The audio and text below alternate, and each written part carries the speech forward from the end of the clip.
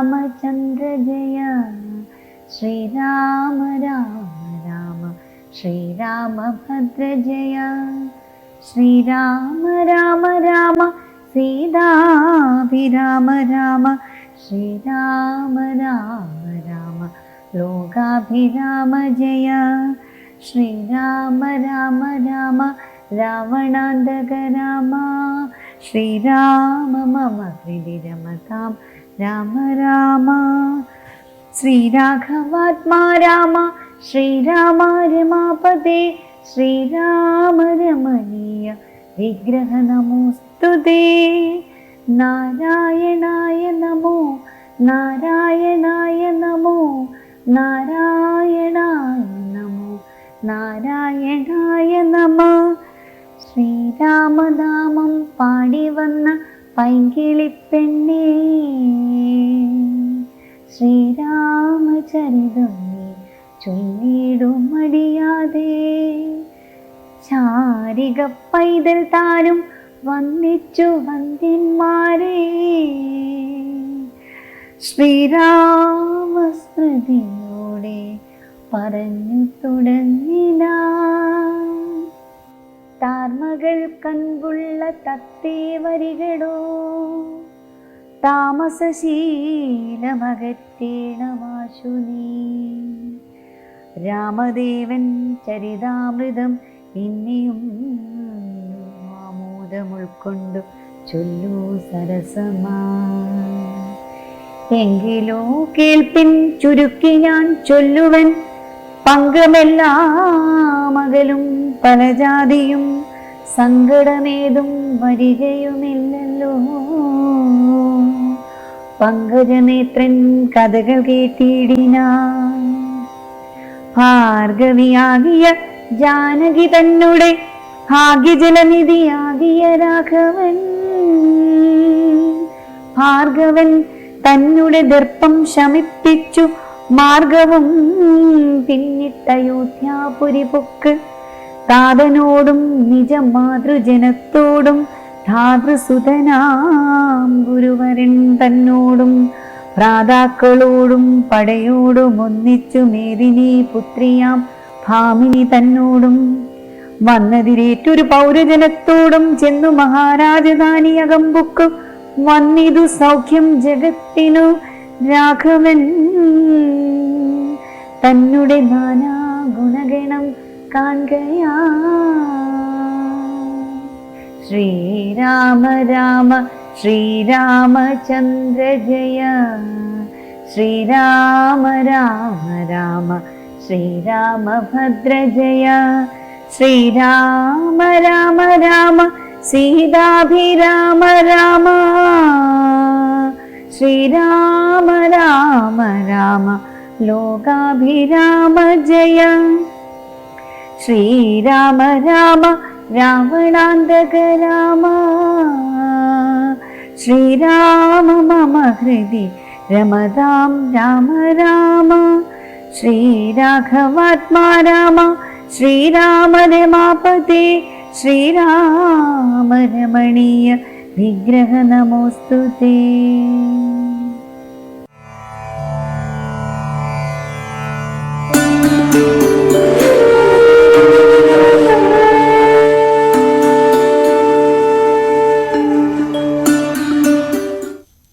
ആയിരത്തി 1199 മലയാള മാസം ആണ്ടാണ് കർക്കടകം 9. നമ്മൾ രാമായണ മാസ പാരായണത്തോടു കൂടിയാണ് ഇന്ന് മോർണിംഗ് വൈബ്സ് ആരംഭിക്കുന്നത്. പക്ഷേ ദുഃഖകരമായ മറ്റൊരു ദിവസം കൂടിയാണ്. ഇന്നും 9ാം ദിവസമാണ് അർജുനെ കാണാതായിട്ട്. 9ാം ദിവസവും തിരച്ചിൽ അതിൻ്റെ പാരമ്യത്തിൽ തുടരും.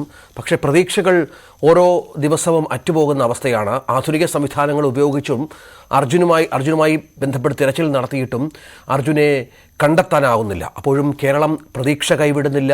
ഇന്നും തിരച്ചിൽ തുടരും.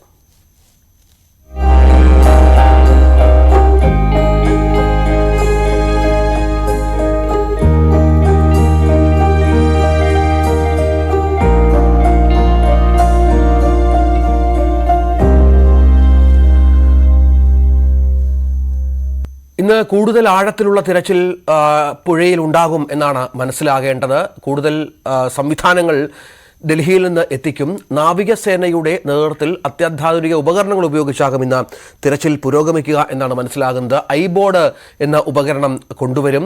നാവികസേനയുടെ തിരച്ചിൽ ഇതുമായി ബന്ധപ്പെട്ടായിരിക്കും പുരോഗമിക്കുക. ഏതാണ്ട് 2.4 കിലോമീറ്ററിൽ നിരീക്ഷണ പരിധിയുള്ള ഉപകരണം കൂടിയാണ് ഇത്. മണ്ണിൽ പുതഞ്ഞു പോയ വസ്തുക്കൾ 20 മീറ്റർ ആഴത്തിൽ കണ്ടെത്താനാകുമെന്നുള്ളതാണ് ഈ ഐബോർഡിന്റെ പ്രത്യേകത.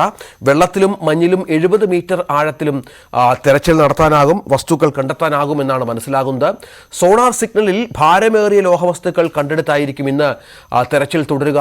തെരച്ചിലിൽ 7:30 മണിയോടുകൂടി, അതായത് അല്പസമയത്തിനകം, ഇപ്പോൾ 7 മണി കഴിഞ്ഞു 5 മിനിറ്റാണ്, 7:30 മണിയോടുകൂടി തിരച്ചിൽ തുടരും എന്നുള്ളതാണ് നമുക്ക് ലഭിക്കുന്ന വിവരം. നാവികസേനയുടെ സഹായമുണ്ട്, ദുരന്ത നിവാരണ സേനയുടെ സാന്നിധ്യമുണ്ട്. അങ്ങനെ ഏറ്റവും അത്യാധുനിക സംവിധാനങ്ങളോടുകൂടി ഈ വൈകിയ വേളയിലാണെങ്കിൽ കൂടി തെരച്ചിൽ പൂർവാധികം ശക്തിയോടെ ആരംഭിക്കുമെന്നാണ് പ്രതീക്ഷിക്കേണ്ടത്. KV ബൈജു അവിടെ തത്സമയം നമ്മോടൊപ്പം ചേരുന്നുണ്ട്, ആ സംഭവ സ്ഥലത്ത് തൊട്ടടുത്തുണ്ട്. ബൈജു, ഒരുപാട് പ്രതീക്ഷകളോടെയാണ് ഇന്നലെ വരെ നമ്മൾ കാത്തിരുന്നത്. പക്ഷേ ഇന്ന് അത്ര പ്രതീക്ഷിക്കേണ്ട സാഹചര്യമുണ്ടോ എന്നുള്ളതാണ്. കാരണം സാധ്യമായതെല്ലാം ചെയ്തു എന്ന് പറയുമ്പോഴും ഇനിയും എന്തൊക്കെ കാര്യങ്ങൾ അവശേഷിക്കുന്നു എന്നുള്ളതാണ്. ഇന്നലെ വരെ ഏതൊക്കെ തലങ്ങളിലാണ് പരിശോധനകൾ പുരോഗമിച്ചത്?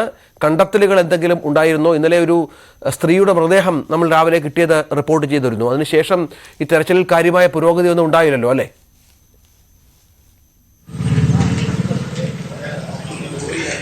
രഞ്ജിത്തെ, തീർച്ചയായും 9ാം നാളായ ഇന്ന് വളരെ പ്രതീക്ഷയുണ്ട്.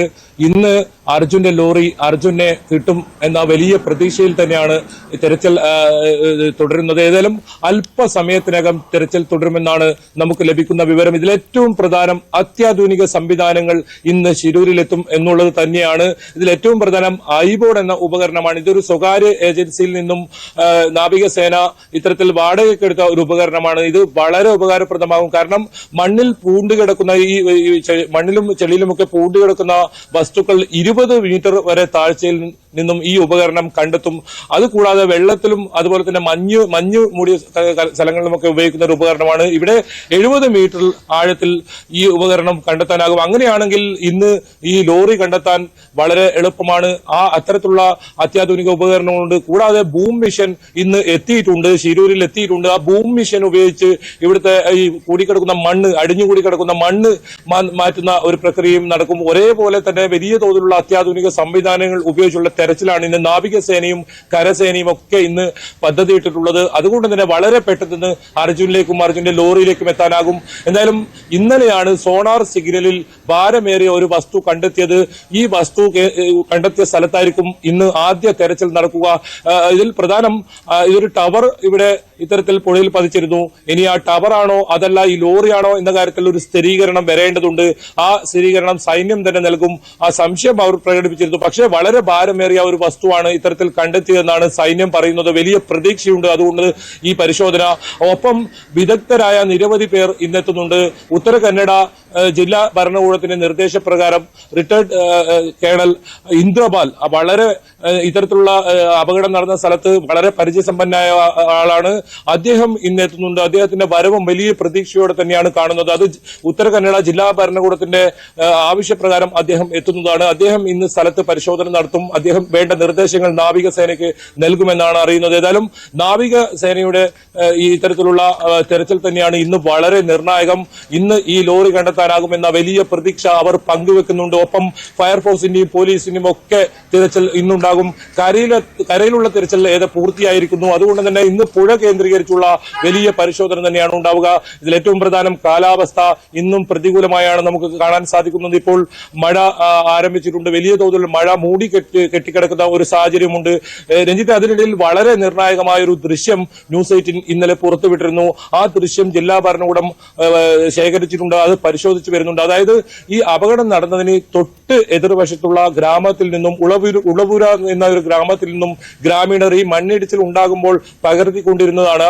ആ ദൃശ്യം പകർത്തുന്നതിനിടയിൽ വലിയ തോതിൽ മണ്ണിടിഞ്ഞ് ഈ പുഴയിലേക്ക് പതിക്കുകയും പുഴയിൽ നിന്നും വളരെ ഉയരത്തിൽ, അതായത് ഈ ഗ്രാമത്തിലേക്ക് വെള്ളം ഇരിച്ചു കയറുന്ന ഒരു സാഹചര്യമാണ് ഉണ്ടായത്. ആ സമയത്ത് ഇത്തരത്തിൽ ഈ ഗ്രാമീണർ ഓടി രക്ഷപ്പെടുകയായിരുന്നു. അതിഭീകരമായ ദൃശ്യമാണ് ഇന്നലെ ബൈജു നമ്മൾ ന്യൂസ് 18 പുറത്തുവിട്ടത്. ആ ദൃശ്യങ്ങളിലേക്ക് ഒന്ന് പോകേണ്ടത് കൂടിയുണ്ട്. കാരണം അത്ര ഈ ഗ്രാമീണർ മറുഭാഗത്ത് നിന്ന് പകർത്തിയ ദൃശ്യങ്ങളാണ്. അത്രത്തോളം മണ്ണും ചെളിയും അടക്കം അങ്ങനെ അവിടെ കുത്തി ഒലിച്ച് വീഴുന്ന ദൃശ്യങ്ങൾ നമ്മൾ ഇന്നലെ പുറത്തുവിട്ടിരുന്നു. ആ ദൃശ്യങ്ങളിലേക്ക് ഒന്ന് പോകണം. പ്രേക്ഷകർ കാണുന്നത് ആ ദൃശ്യങ്ങളാണ്. മറുഭാഗത്ത് നിന്ന് ഗ്രാമീണർ പകർത്തിയ ഈ അപകടത്തിൻ്റെ ഭീകരാവസ്ഥ എത്രത്തോളം ഉണ്ട് എന്നുള്ളത് നമ്മളെ കാട്ടിത്തരുന്ന ദൃശ്യമാണ് അത് എന്നതാണ് ഏറ്റവും പ്രധാനപ്പെട്ട കാര്യം. അത്രത്തോളം ഭയചകിതം. നമുക്കറിയാം, ഒരു ഗ്രാമം മൊത്തം ഒലിച്ചു പോയിരുന്നു. അവിടെ ഈ പ്രദേശത്ത് കച്ചവടം നടത്തിയിരുന്ന കച്ചവട സ്ഥാപനങ്ങൾ പൂർണ്ണമായും ഒലിച്ചുപോയി. ഈ മണ്ണ് പുഴയിൽ വീണ് പുഴയുടെ ആഴം കുറഞ്ഞതിനെ തുടർന്ന് ഗ്രാമപ്രദേശത്തുള്ള 9ഓളം ആളുകളാണ് ഇത്തരത്തിൽ ഒഴുകിപ്പെട്ട് മരിച്ചത്. അതിലൊരു വനിതയുടെ, ഒരു സ്ത്രീയുടെ മൃതദേഹം ഇന്നലെ ലഭിച്ചിരുന്നു. ഈ ഭയചകിതരായി ഓടുന്നതിനിടയിൽ അവർ പകർത്തിയ ദൃശ്യങ്ങൾ കൂടിയാണ് ഇപ്പോൾ പ്രേക്ഷകർ കണ്ടുകൊണ്ടിരിക്കുന്നത്. ഈ ദൃശ്യം ജില്ലാ ഭരണകൂടം ന്യൂസ് 18 നിന്ന് ബൈജുവിൽ നിന്ന് ശേഖരിച്ചിട്ടുണ്ട് എന്ന വിവരവും നമ്മൾ പുറത്തുവിട്ടിരുന്നു. കാരണം ഇതിൻ്റെ മറ്റ് കൃത്യമായ ദൃശ്യങ്ങൾ ഒന്നും കൃത്യമായ വ്യക്തത ഈ മണ്ണിടിച്ചിലുമായി ബന്ധപ്പെട്ട് വരേണ്ടതുണ്ട്. അതിൻ്റെ കാര്യങ്ങളിലാണ് ഇപ്പോൾ അന്വേഷണം. അങ്ങനെയാണ് അന്വേഷണം ഇതുമായി ബന്ധപ്പെട്ട് ഏത് തരത്തിലാണ് അപകടം എന്ന കാര്യവും എവിടെയാണ് ഈ സംഭവത്തിൻ്റെ ഗൗരവമുള്ളത് എന്ന കാര്യവുമൊക്കെ അന്വേഷിക്കുന്നുണ്ട് ജില്ലാ ഭരണകൂടം അടക്കം. അതിൻ്റെ പശ്ചാത്തലത്തിലാണ് ഇത്തരത്തിൽ ദൃശ്യങ്ങളടക്കം ശേഖരിക്കുന്നത്. ഗ്രാമീണർ പകർത്തിയ പുഴയിലെ വെള്ളം അത് സമീപത്തെ ഗ്രാമത്തിലേക്ക് കുതിച്ചെത്തി. കാരണം വലിയ തോതിൽ മണ്ണിടിഞ്ഞ് വീണപ്പോൾ പുഴയുടെ ആഴം കുറഞ്ഞു. ആ വെള്ളം കുതിച്ചെത്തി സമീപത്തെ ഗ്രാമത്തിലേക്ക്. വലിയ തോതിലുള്ള നാശനഷ്ടങ്ങൾ അവിടെ സംഭവിച്ചു. പല കുടുംബങ്ങളും ഒഴിച്ചുപോയ പശ്ചാത്തലമൊക്കെ നമ്മൾ കഴിഞ്ഞ കുറേ ദിവസങ്ങളായി റിപ്പോർട്ട് ചെയ്യുന്നുണ്ട്.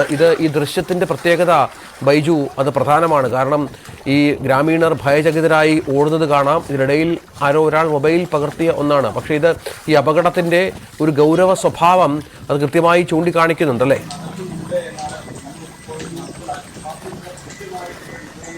തീർച്ചയായും രഞ്ജിത്തെ, ഈ മണ്ണിടിച്ചിൽ ഉണ്ടാകുന്ന സമയത്ത് ആ ദൃശ്യം അവർ ചിത്രീകരിച്ചു കൊണ്ടിരിക്കുകയായിരുന്നു. നിരവധി പേരുണ്ട് ആ സമയത്ത് ആ സംഭവ സ്ഥലത്ത്. ഇതിന് തൊട്ട് എതിർവശമാണ് ഉളവൂര എന്നൊരു ഗ്രാമമാണ്. ആ ഗ്രാമീണരാണ് ഇത്തരത്തിൽ ദൃശ്യം പകർത്തിക്കൊണ്ടിരുന്നത്. പക്ഷേ അവർ പ്രതീക്ഷിക്കുന്നതിനപ്പുറം വലിയ തോതിലുള്ള മണ്ണിടിച്ചിൽ പിന്നീട് ഉണ്ടാകുന്നു. വലിയ തോതിലുള്ള ശബ്ദം ഉണ്ടാകുന്നു. ആ ശബ്ദത്തിന്റെ ആ വെള്ളം ഒഴുകി വരുന്നതിന്റെയും വേഗത കണ്ട് ഭയന്നാണ് ഇവർ ഇത്തരത്തിൽ ഓടി രക്ഷപ്പെടുന്നത്. ആ ഓടി രക്ഷപ്പെടുന്നതിനിടയിൽ അവർ പറയുന്ന വാക്കുകൾ വളരെ നിർണായകമാണ്. അവിടെ വാഹനങ്ങൾ ആ ദൃശ്യങ്ങളിൽ കാണാം. പൂർണ്ണമായും വ്യക്തതയില്ലെങ്കിലും ഒരു ടാങ്കർ ലോറി കൃത്യമായി നിൽക്കുന്നു. അവർ പറയുന്നുണ്ട് ഒരു വണ്ടി അവിടെ വരുന്നുണ്ടെന്നൊക്കെ അവർ ആർത്ത് വിളിച്ച് പറയുന്നുണ്ട്. പക്ഷെ ആ വെള്ളം, ഈ മണ്ണ് ഉൾപ്പെടെയുള്ള ഈ അർജുൻ സഞ്ചരിച്ചിരുന്ന ലോറിയും ഒരു പക്ഷെ ആ വേഗതയിൽ തന്നെ ഈ പുഴയിലേക്ക് പതിച്ചിരിക്കും. ആ പുഴയിലേക്ക് പതിക്കുന്ന സമയത്ത് വലിയ തോതിൽ വെള്ളം ഉയർന്ന് ഈ ഗ്രാമത്തിലേക്ക് വരെ എത്തുന്നു. അവിടെ 50ഓളം പേരുടെ വീടുകളിലേക്ക് ഈ വെള്ളം ഇത്തരത്തിൽ ഇടിച്ചു കയറി വീടുകൾക്ക് നാശനഷ്ടമുണ്ടാകുന്നു. അതുമാത്രമല്ല, ഇവിടെ ഇപ്പോൾ ദുരിതാശ്വാസ ക്യാമ്പുകളിലാണ് ഈ ഗ്രാമീണർക്ക് കഴിയുന്നത്.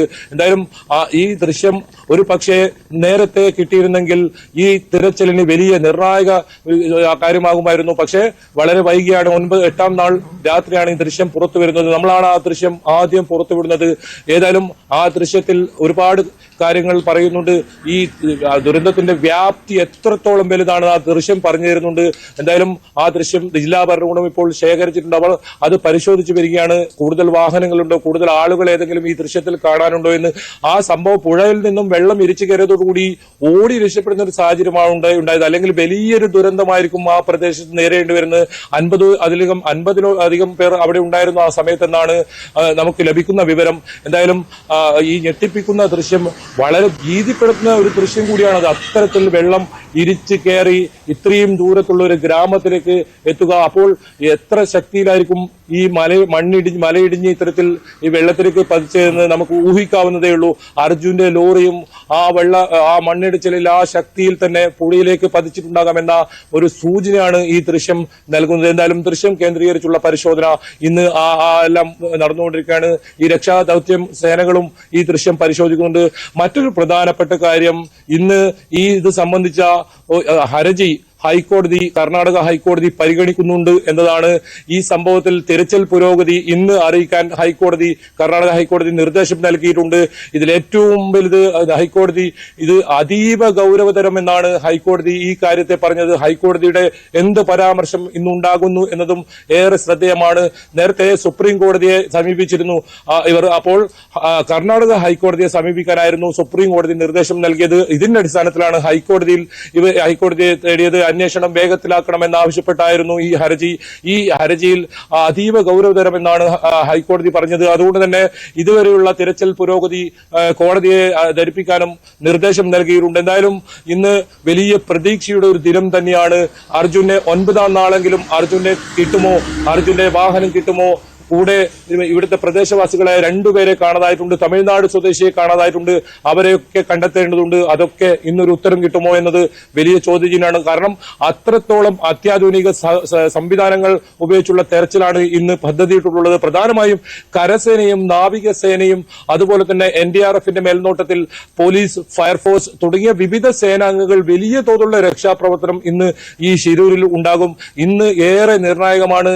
കഴിഞ്ഞ ദിവസങ്ങളിൽ പോലല്ല, പക്ഷേ കാലാവസ്ഥ പ്രതികൂലമാണ്. അത് തിരച്ചിലിനെ ഏതെങ്കിലും രീതിയിൽ ബാധിക്കില്ല എന്ന് തന്നെയാണ് നാവികസേന വ്യക്തമാക്കിയത്. ഏതായാലും ഇന്നലെ വലിയ ഒരു ഭാരമേറിയ വസ്തു, ഈ ലോഹവസ്തു കണ്ടെത്തിയ പ്രദേശമുണ്ട്. ആ പ്രദേശം വലിയ ഈ പ്രതീക്ഷയുണ്ട്. അവിടെ നമ്മൾ ഇന്നലെ മുതൽ ഇതുമായി ബന്ധപ്പെട്ട് നമ്മൾ സംസാരിക്കുമ്പോൾ ഉണ്ടാകുന്ന ഒരു പ്രധാനപ്പെട്ട പ്രശ്നം എന്ന് പറയുന്നത് ഈ പുഴയുടെ ആഴമാണ്. നമുക്കറിയാം, ആ പ്രദേശത്തുള്ള ഏറ്റവും വലിയ ഒരു പുഴയാണ്. ഒരുപാട് നദികൾ, ഈ ജലവിധാനങ്ങളൊക്കെ അങ്ങോട്ടേക്ക് വന്ന് പതിക്കുന്ന പുഴയാണ്. കുറഞ്ഞതൊരു 10-30 മീറ്ററെങ്കിലും 30 അടിയെങ്കിലും താഴ്ചയുള്ള ഒരു പുഴയാണ്. വലിയ കുത്തൊഴുക്കുണ്ട് അവിടെ. ഈ വസ്തുക്കൾ ഈ പറഞ്ഞതുപോലെ മണ്ണിടിച്ചിലും മറ്റും എന്തൊക്കെ വസ്തുക്കൾ ഈ പുഴയിൽ പതിച്ചിട്ടുണ്ടാകാം എന്ന കാര്യത്തിൽ അവ്യക്തതയുണ്ട്.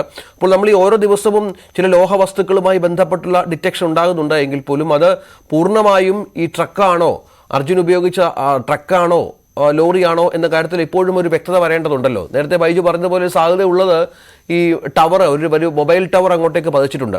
അതും ഒരുപക്ഷെ ഈ മെഷീനിൽ പതിഞ്ഞിരിക്കാം. ലോഹവസ്തുവാണല്ലോ, സ്വാഭാവികമായി അതും.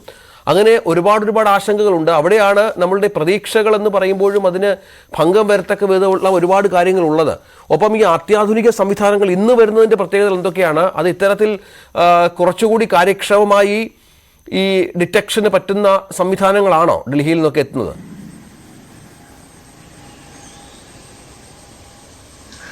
തീർച്ചയായും അത്തരത്തിലുള്ള ഉപകരണങ്ങളാണ്, അത്തരത്തിലുള്ള അത്യാധുനിക സംവിധാനങ്ങളാണ് ഇന്ന് ശിരൂരിൽ എത്തുക. അത് നേരത്തെ സൂചിപ്പിച്ചതുപോലെ തന്നെ ഈ ബൂം മിഷൻ വളരെ ആഴത്തിൽ ഈ മണ്ണ്, ചെളിയൊക്കെ എടുക്കാൻ, ഈ പുഴയിൽ നിന്നും ചെളിയെടുക്കാൻ സഹായിക്കുന്ന വളരെ നീളത്തിലുള്ള ഒരു വസ്തുവാണ്. അതുപയോഗിച്ച് മണ്ണ് നീക്കാൻ വളരെ പെട്ടെന്ന് തന്നെ ആകുമെന്നാണ് ഇന്നലെ ജില്ലാ ഭരണകൂടം വ്യക്തമാക്കിയത്. അതോടൊപ്പം ഈ ഐബോർഡ് എന്ന ഉപകരണമാണ്. അത് ഒരുപക്ഷെ വളരെ വേഗത്തിൽ ഈ പുഴയിലുള്ള മുഴുവൻ തെരച്ചിലിനും സഹായകരമാകും. അത് ഞാൻ നേരത്തെ സൂചിപ്പിച്ചതുപോലെ തന്നെ മണ്ണിൽ പൂണ്ടുകിടക്കുന്ന വസ്തുക്കൾ 20 മീറ്റർ ആഴത്തിൽ വരെ അത് തിരിച്ചറിയാൻ പറ്റും, അത് കണ്ടെത്താൻ പറ്റും എന്നതാണ് അതിന്റെ ഏറ്റവും വലിയ പ്രത്യേകത. സാധാരണ മഞ്ഞിലൊക്കെ ഇത്തരത്തിൽ എന്തെങ്കിലും വാഹനങ്ങളോ മറ്റോ അകപ്പെട്ടാൽ, അല്ലെങ്കിൽ ആളുകളോ മറ്റോ അകപ്പെട്ടാൽ അത് കണ്ടെത്തുന്ന ഒരു മെഷീനാണ്. ആ യന്ത്രം വാടകയ്ക്കാണ് ഈ നാവികസേന എടുത്തിട്ടുള്ളത്. ആ യന്ത്രം ഇപ്പോൾ ഇവിടെ എത്തിച്ചിട്ടുണ്ട്. ആ യന്ത്രം ഉപയോഗിച്ചുള്ള പരിശോധനയായിരിക്കും ഇന്ന് ആദ്യഘട്ടത്തിൽ ആരംഭിക്കുക. ഏതായാലും 7:30 അല്പസമയത്തിനകം തന്നെ തിരച്ചിൽ ആരംഭിക്കും. അതിനായുള്ള സേനാംഗങ്ങളെല്ലാം തന്നെ ഇവിടെ ശിരൂരിലേക്ക് എത്തിക്കൊണ്ടിരിക്കുകയാണ്. അല്പസമയത്തിനകം തന്നെ എന്തായാലും ആരംഭിക്കും. അതിനൊപ്പമാണ് ഇത്തരത്തിലുള്ള വിദഗ്ധരുടെ സേവനം ഏതായാലും ഇന്ന് ലഭ്യമാക്കിയത്. ഉത്തര കർണാടക ജില്ലാ ഭരണകൂടത്തിന്റെ നിർദ്ദേശപ്രകാരം, ആവശ്യപ്രകാരമാണ് ഇത്തരത്തിൽ നിരവധി പേരെത്തുന്നത്. അതിൽ പ്രധാനപ്പെട്ട ഞാൻ നേരത്തെ പറഞ്ഞ പോലുള്ള ഒരുപാട് ആളുകൾ വരുന്നുണ്ട്. നേരത്തെ ഇതുപോലുള്ള വലിയ അപകടങ്ങളിൽ നിന്നും, മണ്ണിടിച്ചിലിൽ നിന്നും, ദുരന്തങ്ങളിൽ നിന്നുമൊക്കെ രക്ഷാപ്രവർത്തകരായി നേതൃത്വം നൽകിയവരാണ് അവരിലൊക്കെ ഇന്ന് വലിയ പ്രതീക്ഷയുണ്ട്. കുടുംബവും അത് തന്നെയാണ് പങ്കുവെച്ചത്. അവർ രാത്രി നമ്മോടൊപ്പം തന്നെ ഉണ്ടായിരുന്നു. അവർ പറഞ്ഞത് ഇന്ന് വലിയ പ്രതീക്ഷയാണ്. അർജുന്റെ വാഹനം, അർജുനെയും ഇന്ന് കണ്ടെത്താനാകുമെന്ന വലിയ പ്രതീക്ഷ തന്നെയാണ് അവർ വെച്ച് പുലർത്തുന്നത്. എന്തായാലും ഊർജിതമായ ഒരു തെരച്ചിൽ ഇന്നുണ്ടാകും എന്ന് തന്നെ വേണം കരുതാൻ. ഏതായാലും 9ാം നാളായിരിക്കുന്നു. ഇത്രയും വൈകിയത് തന്നെ ഏതായാലും നേരത്തെ ഇത്തരത്തിലുള്ള ഉപകരണങ്ങൾ എത്തിച്ചുള്ള പരിശോധന ആകാമായിരുന്നു. വളരെ വളരെ പെട്ടെന്ന് തന്നെ അർജുനിലേക്ക് എത്താമായിരുന്നു. അർജുനൊപ്പം രണ്ടുപേർ മറ്റ് ഇവിടെയുള്ളവർ രണ്ടുപേരുണ്ട്, ഒരു തമിഴ്നാട് സ്വദേശിയുണ്ട്, അവരെ കൂടി കണ്ടെത്താനുണ്ട്. അതൊക്കെ ഈ ഐബോർഡ് ഉപയോഗിച്ചുള്ള പരിശോധനയിൽ കണ്ടെത്താൻ കഴിയുമെന്ന വലിയ പ്രതീക്ഷ തന്നെയാണുള്ളത്. എന്തായാലും അത്തരം സംവിധാനങ്ങൾ ഇന്ന് നേരത്തെ തന്നെ ഇത്തരത്തിലുള്ള അത്യാധുനിക സംവിധാനങ്ങൾ ഇവിടെ എത്തിക്കണമെന്ന ആവശ്യമുണ്ടായിരുന്നു. വളരെ വൈകി 9ാം നാളാണ് ഇത്തരത്തിലുള്ള സംവിധാനം വരുന്നത്. ഒരു പക്ഷേ ഇന്ന് നിർണായക ദിനമെന്ന് പറയേണ്ടി വരും. കാലാവസ്ഥ പ്രതികൂലമാണ്, കനത്ത മഴയുണ്ട്. അല്പസമയം മുമ്പ് കനത്ത മഴയായിരുന്നു ഈ പ്രദേശങ്ങളിലൊക്കെ. ഇപ്പോൾ അല്പം വെയിൽ വരുന്ന ഒരു സാഹചര്യമുണ്ട്. പക്ഷേ ഈ ഇവിടുത്തെ ഒരു കാലാവസ്ഥ കഴിഞ്ഞ ഏതാനും ദിവസങ്ങളായി ഇവിടെ ഉള്ള ഒരാളെന്ന നിലയ്ക്ക് മനസ്സിലാക്കാൻ സാധിക്കുന്നത് ഏത് സമയത്താണ് മഴ വരിക, അതേപോലെ തന്നെ വലിയ ശക്തമായ കാറ്റ് വരിക എന്നൊന്നും പറയാൻ കഴിയാത്തൊരവസ്ഥ. അത് പുഴയിലെ തിരച്ചിലിനെ ദുഷ്കരമാക്കുന്നുണ്ട്. ഈ പുഴയുടെ അടിഭാഗത്ത് വലിയ തോതിലുള്ള ഒഴുക്കുണ്ടെന്നാണ് നാവികസേന പറയുന്നത്. എന്തായാലും ഇന്നലെ ഈ പ്രദേശത്തൊക്കെ തിരച്ചിൽ നടത്താൻ പറ്റാതിരുന്നത് അതുകൊണ്ട് തന്നെയാണ്. ഏതായാലും കരയിൽ നിന്നും 40 മീറ്റർ ദൂരത്തിൽ മാറിയാണ് ഇത്തരത്തിലുള്ള സിഗ്നൽ ലഭിച്ചിട്ടുള്ളത്. സോണാർ സിഗ്നൽ ലഭിച്ചത് നേരത്തെ റഡാർ സിഗ്നൽ ലഭിച്ച അതേ ഇടത്താണ് സോണാർ സിഗ്നലും ലഭിച്ചതെന്നാണ് ഏറ്റവും പ്രധാനം. അതുകൊണ്ട് തന്നെ ആ പ്രദേശത്ത് പരിശോധന തിരച്ചിൽ ഇന്ന് തുടങ്ങും. എന്തായാലും രഞ്ജിത്ത് സൂചിപ്പിച്ചതുപോലെ തന്നെ അത് അർജുന്റെ ലോറിയാണോ അതല്ല ഈ കൂറ്റൻ ടവർ, പുഴയിലേക്ക് പതിച്ച കൂറ്റൻ ടവർ ആണോ എന്നതാണ് ഒരു സംശയം സൈന്യം പ്രകടിപ്പിക്കുന്നത്. അതിലൊരു സ്ഥിരീകരണം വരേണ്ടതുണ്ട്. വളരെ പെട്ടെന്ന് 10 മണിയോടുകൂടി തന്നെ നമുക്ക് ഏതായാലും ഒരു നല്ല വാർത്ത ലഭിക്കുമെന്ന് പ്രതീക്ഷിക്കാം. 7:30 മണിയോടുകൂടി തെരച്ചിൽ ആരംഭിക്കുമെന്നാണ് നമുക്ക് മനസ്സിലാക്കേണ്ടത്. ഇന്ന് നേരത്തെ ബൈജു പറഞ്ഞതുപോലെ അത്യന്താധുനിക സംവിധാനങ്ങൾ കൂടുതലായി ഉപയോഗിക്കുന്ന ഒരു ദിവസമാണ്. കാരണം ഒരുപാട് സിഗ്നലുകൾ ലഭിക്കുന്നുണ്ട്. ഈ ലോഹഭാഗങ്ങളുടെ മറ്റും സിഗ്നലുകളാണ് ഇത് എങ്കിൽ പോലും അത് അർജുന്റെ ലോറിയാണോ എന്ന കാര്യത്തിലാണ് ഒരു വ്യക്തത വരേണ്ടതുള്ളത്. കാരണം അത് ലോഹഭാഗമാണ്. നമുക്കറിയാം നേരത്തെ മൊബൈൽ ടവർ അടക്കം ആ പുഴയിലേക്ക് വീണ ഒരു സാഹചര്യം ഇതിനോട് ചേർത്ത് വായിക്കണം. അർജുൻ്റെ ലോറി ഈ പുഴയിലുണ്ടോ എന്ന കാര്യത്തിൽ ഇപ്പോഴും ഉണ്ട്. അവിടെ വലിയ കൂറ്റൻ മൺകൂനകൾ രൂപപ്പെട്ട പശ്ചാത്തലം ആ പുഴയിൽ നമ്മൾ ഇന്നലെ മുതൽ ദൃശ്യങ്ങളിൽ കാണുന്നുണ്ട്. അതിനിടയിൽ പെട്ടിട്ടുണ്ടോ എന്നുള്ളതാണ് മനസ്സിലാക്കേണ്ടത്. റഡാർ സിഗ്നലുകളിൽ ആണിപ്പോൾ ലോഹഭാഗം കണ്ടെത്തിയിരിക്കുന്നത്. 9ാം ദിവസവും അർജുൻ കാണാമറയത്താണ് എന്നുള്ളതാണ്. സോണാർ സിഗ്നൽ അവിടെ നിന്ന് ലഭിച്ചു. റഡാർ സിഗ്നൽ ലഭിച്ച അതേ ഇടത്ത് തന്നെ സോണാർ സിഗ്നൽ ലഭിച്ചതാണ് ഇപ്പോൾ നിർണായകമായിരിക്കുന്നത്. വെള്ളത്തിനടിയിലുള്ള വസ്തുക്കളെ കണ്ടെത്തുന്നതിനും അവയുടെ സഞ്ചാരദിശ, വേഗം തുടങ്ങിയവ മനസ്സിലാക്കുന്നതിന് ഉപയോഗിക്കുന്ന ശബ്ദശാസ്ത്ര സംവിധാനമാണ് ഈ സോണാർ എന്ന് പറയുന്നത്. ഈ 2 സിഗ്നലുകളും വലിയ വസ്തുവിൻ്റെ സാന്നിധ്യം സൂചിപ്പിക്കുന്നുണ്ട്. അതിനാൽ ഇവിടം കേന്ദ്രീകരിച്ചുള്ള ഒരു പരിശോധനയിലേക്കാണ് കാര്യങ്ങൾ നാവികസേന പോകുന്നത് എന്നാണ് മനസ്സിലാക്കുന്നത്. ഈ തരത്തിലാകും പരിശോധന. ഐബോർഡ്, നേരത്തെ ബൈജു പറഞ്ഞതുപോലെ ഐബോർഡ് സാങ്കേതിക സംവിധാനം ഉപയോഗിക്കും. അത് ആകാശത്ത് നിരീക്ഷിച്ച് ചെളിക്കടിയിൽ പൂഴ്ന്നു പോയ വസ്തുക്കളുടെ സിഗ്നലുകൾ കണ്ടെത്താനുള്ള ഉപകരണമാണ് ഐബോർഡ് എന്ന് പറയുന്നത്. 8ാം ദിവസവും വലിയ പുരോഗതി തിരച്ചിൽ ഉണ്ടായില്ല. അഴിമുഖം കേന്ദ്രീകരിച്ച് നദിയിലെ മൺകൂനകൾ തുറന്ന് പരിശോധിക്കുക എന്നുള്ളതാണ് ഇപ്പോൾ അത്തരത്തിലാണ് ഇന്നത്തെ ഒരുപക്ഷെ സംവിധാനം എന്നാണ് മനസ്സിലാക്കേണ്ടത്.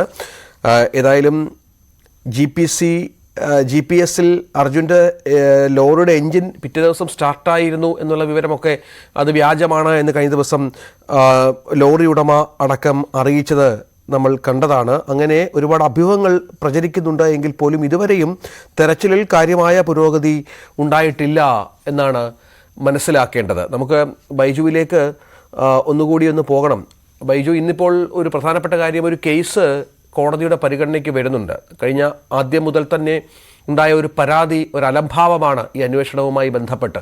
ആ അലംഭാവം സർക്കാരുകളുടെ ഭാഗത്തു നിന്ന് ഉണ്ടായിരുന്നു. കർണാടക സർക്കാർ നമ്മുടെയൊക്കെ വലിയ സമ്മർദ്ദത്തിനൊടുവിലാണ് ഇക്കാര്യത്തിൽ കുറച്ചുകൂടി കാര്യക്ഷമമായ ടീമുകളെ വിടുകയും അന്വേഷണം ആരംഭിക്കുകയും മറ്റും ചെയ്തത്. 3 ദിവസമായി അർജുനെക്കുറിച്ച് പല പരാതികൾ ഉന്നയിച്ചിട്ടും അവരാരും മൈൻഡ് ചെയ്യാത്ത പശ്ചാത്തലം ഉണ്ടായിരുന്നു. കേന്ദ്ര സർക്കാരിൻ്റെ ഭാഗത്തു നിന്നും ഒരുപാട് അപര്യാപ്തതകൾ അന്വേഷണത്തിലുണ്ടായി എന്ന പരാതി കുടുംബം ഉന്നയിച്ചിരുന്നു. പട്ടാളത്തിന് കാര്യമായൊന്നും ചെയ്യാനായതൊക്കെ വലിയ വിമർശന വിധേയമായിരുന്നു. ഇതൊക്കെ ചൂണ്ടിക്കാട്ടിയുള്ള ഹർജിയാണോ ഇന്ന് കോടതിയുടെ മുന്നിലുള്ളത്?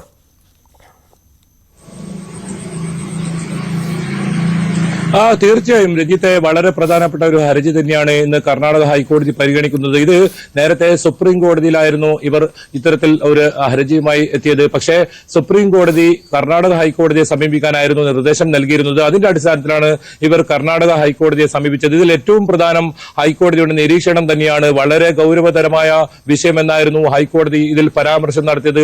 അത് മാത്രമല്ല, ഇതിൽ തെരച്ചിലിന്റെ ഇത്തരത്തിലുള്ള ഇതുവരെ നടത്തിയ തെരച്ചിലിന്റെ പുരോഗതി അത് സംബന്ധിച്ച മുഴുവൻ വിവരങ്ങളും ഹൈക്കോടതിക്ക് ഇന്ന് കൈമാറണമെന്ന് ജില്ലാ ഭരണകൂടത്തോട് ആവശ്യപ്പെട്ടിട്ടുണ്ട്.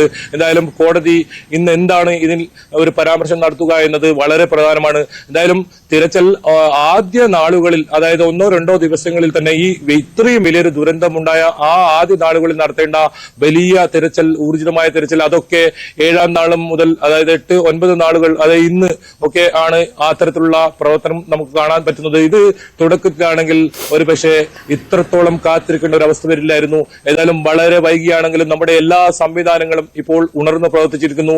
ജില്ലാ ഭരണകൂടം അവർ ഉറക്കത്തിലായിരുന്നു, അവരുടെ ഉറക്കം കെടുത്തിയിരിക്കുന്നു. അത്രത്തോളം സമ്മർദ്ദം അവർക്കുമേൽ മാധ്യമങ്ങളും കേരളത്തിൽ നിന്നുള്ള ജനപ്രതിനിധികളും അതുപോലെ തന്നെ കേരളത്തിൽ നിന്നുള്ള മുഖ്യമന്ത്രി പിണറായി വിജയൻ ഉൾപ്പെടെയുള്ളവർ അവർ മേൽ ഉണ്ടായി എന്ന് തന്നെയാണ് നമുക്ക് മനസ്സിലാക്കാൻ സാധിക്കുന്നത്. നമ്മൾ നിരന്തരം ഈ അപകടം നടന്ന സ്ഥലത്ത് നിന്നും ഓരോ വിവരങ്ങൾ പ്രേക്ഷകർക്ക് എത്തിക്കുന്നു. കേരളം കാതോർത്തിരിക്കുന്നു.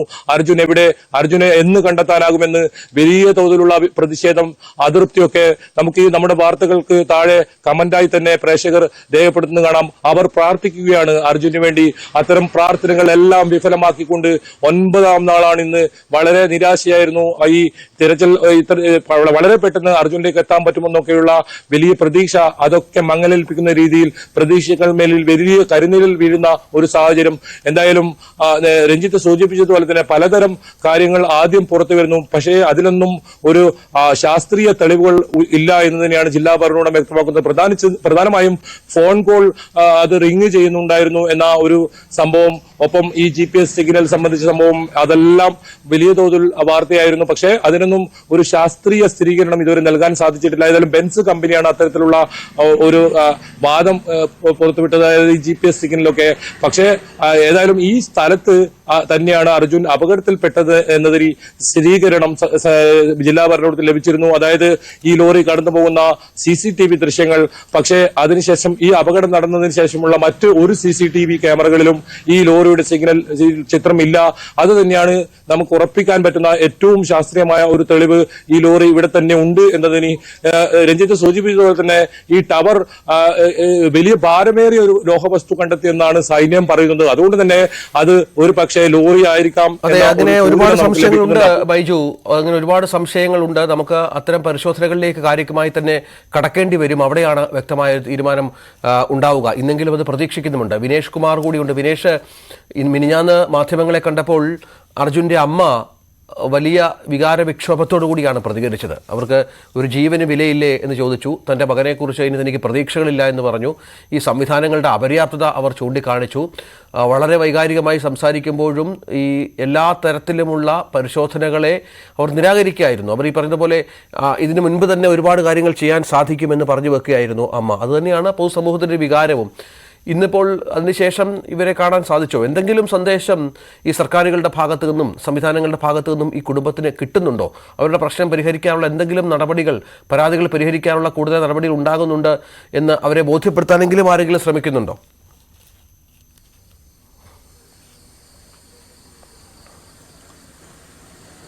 രഞ്ജിത്ത്, അവർക്ക് കൃത്യമായി അവർ ആശയവിനിമയം നടത്തുന്നുണ്ട്. അവിടെ ദുരന്ത ഭൂമിയിൽ ഇപ്പോൾ അർജുൻ്റെ സഹോദരനുണ്ട്, അർജുൻ്റെ ഭാര്യ സഹോദരനുണ്ട്, മറ്റു ബന്ധുക്കളായുണ്ട്, സുഹൃത്തുക്കൾ ഉൾപ്പെടെ 150-150ഓളം പേർ അവിടെ തന്നെ ഉണ്ട്.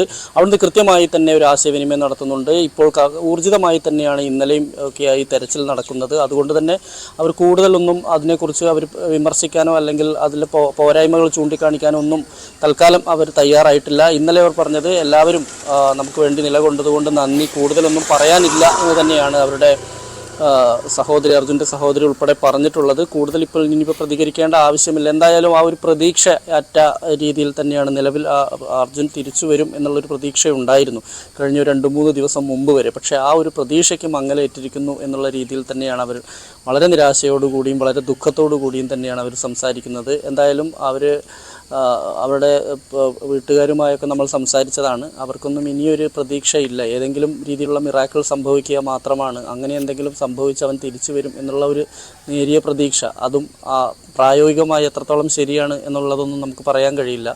കാരണം അത്രത്തോളം വലിയൊരു ദുരന്തമാണ് അവിടെ ഷിരൂരിൽ നടന്നത്. അതുമായി ബന്ധപ്പെട്ടുകൊണ്ട് ലോറി പോലും കണ്ടെത്താൻ കഴിഞ്ഞിട്ടില്ല. ലോറിയിൽ അർജുൻ ഉണ്ടായിരുന്നോ അല്ലെങ്കിൽ ആ കടയിലാണോ ഉണ്ടായിരുന്നത് എന്നുൾപ്പെടെയുള്ള കാര്യങ്ങളിലൊന്നും ഇപ്പോഴും ഒരു വ്യക്തതയും കൃത്യമായൊരു വിവരവും ഇല്ല എന്നുള്ളതാണ്.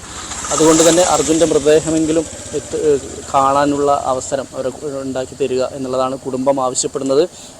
എന്തായാലും ഷിരൂരിൽ നിന്ന് KV ബൈജു റിപ്പോർട്ട് ചെയ്യുന്ന അനുസരിച്ചാണെങ്കിൽ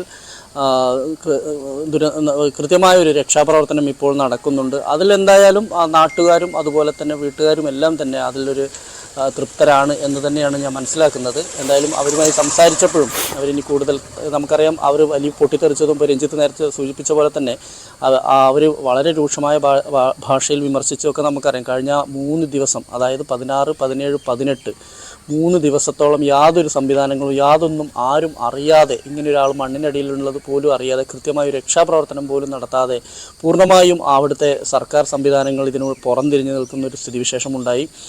അർജുൻ ഉൾപ്പെടെയുള്ളവർക്ക് ഇങ്ങനൊരു അവസ്ഥ വരാൻ കാരണം അതാണ് എന്നുള്ള രീതിയിലേക്ക് പിന്നീട് ഇത് മാധ്യമങ്ങളെ ഏറ്റെടുക്കുകയും കേരള സർക്കാർ ഇടപെടുകയും വലിയ സമ്മർദ്ദങ്ങൾ ഉണ്ടാവുകയും ഇവിടെ നിന്ന് ആളുകൾ അങ്ങോട്ട് പോവുകയും രക്ഷാപ്രവർത്തനത്തിൻ്റെ ഭാഗമാവുകയും ഒക്കെ ചെയ്തപ്പോഴാണ് പിന്നീട് ഇത് വലിയ ചർച്ചയായി മാറുന്നത്. എന്തായാലും ആ 3 ദിവസം പ്രധാനപ്പെട്ട നിർണായകമായ ആ ഒരു 3 ദിവസം നഷ്ടമായിരിക്കുന്നു രക്ഷാപ്രവർത്തനത്തിൽ. സ്വാഭാവികമായും കുടുംബത്തിനും നാട്ടുകാർക്കുമെല്ലാം ഇക്കാര്യത്തിൽ വലിയ പ്രതിഷേധം ഉണ്ട്. നമുക്കറിയാം സേവ് അർജുൻ ഫോറം എന്ന സംഘടന ഉൾപ്പെടെ ഇവിടെ ഉണ്ടാക്കി അതിന് പ്രതിഷേധ പ്രകടനം ഉൾപ്പെടെ നടന്ന നാടാണിത്. കോഴിക്കോട് ഈ കണ്ണാടിക്കലിലെ ജനങ്ങളെല്ലാം തന്നെ ഈ പ്രതിഷേധത്തിൻ്റെ ഭാഗമായി സംസാരിച്ചതൊക്കെ നമ്മൾ കണ്ടതാണ്. എന്തായാലും ഇനി അവർക്ക് അർജുൻ തിരിച്ചു വരും എന്നുള്ളൊരു പ്രതീക്ഷയില്ല. എങ്കിൽ പോലും ഇപ്പോഴത്തെ ഈ രക്ഷാപ്രവർത്തനം അവൻ്റെ മൃതദേഹമെങ്കിലും ഒരു നോക്ക് കാണാനുള്ള ഒരു സാഹചര്യം ഒരുക്കി കൊടുക്കണം. അതിനുള്ള ഒരു ഇടപെടൽ എന്തായാലും ഉണ്ടാകണം. ഈ ഒരു മാധ്യമ ഇടപെടൽ ഇനിയും തുടരണം എന്നുള്ളത് ഉൾപ്പെടെയുള്ള കാര്യങ്ങളാണ് ഇന്നലെ വൈകിട്ട് അവരുടെ ബന്ധുക്കൾ ഉൾപ്പെടെ പറഞ്ഞത്. ഈ ആരൊക്കെയാണ് ഇപ്പോൾ വിനേഷ് അവിടെ ഷിരൂരിലുള്ളത്? അർജുൻ്റെ സഹോദരി, ഭർത്താവ്, അർജുൻ്റെ ഭാര്യയുടെ ആങ്ങള, അങ്ങനെ ചില ആളുകൾ ഇന്നലെ അവിടെ ഉണ്ടായിരുന്നു. അവരെ ഒരാളുടെ നിധിനെ അകത്തേക്ക് നമ്മൾ കയറ്റി വിട്ടിരുന്നതൊക്കെ നമ്മൾ കണ്ടാണ് ഈ തിരച്ചിൽ നടക്കുന്ന സ്ഥലത്തേക്ക്. മറ്റു കൂടുതൽ ആളുകൾ അങ്ങോട്ടേക്ക് എത്തുന്നുണ്ടോ? ഈ സന്നദ്ധ സംഘടനയുമായി ബന്ധപ്പെട്ട് പ്രവർത്തിക്കുന്നവരുടെ സാന്നിധ്യം അവിടെ ഉണ്ടോ? അവർ ഈ നിരന്തരം കുടുംബവുമായി ബന്ധപ്പെട്ട് ഈ തെരച്ചിലിൻ്റെ വിവരങ്ങൾ കൈമാറുന്നുണ്ടോ?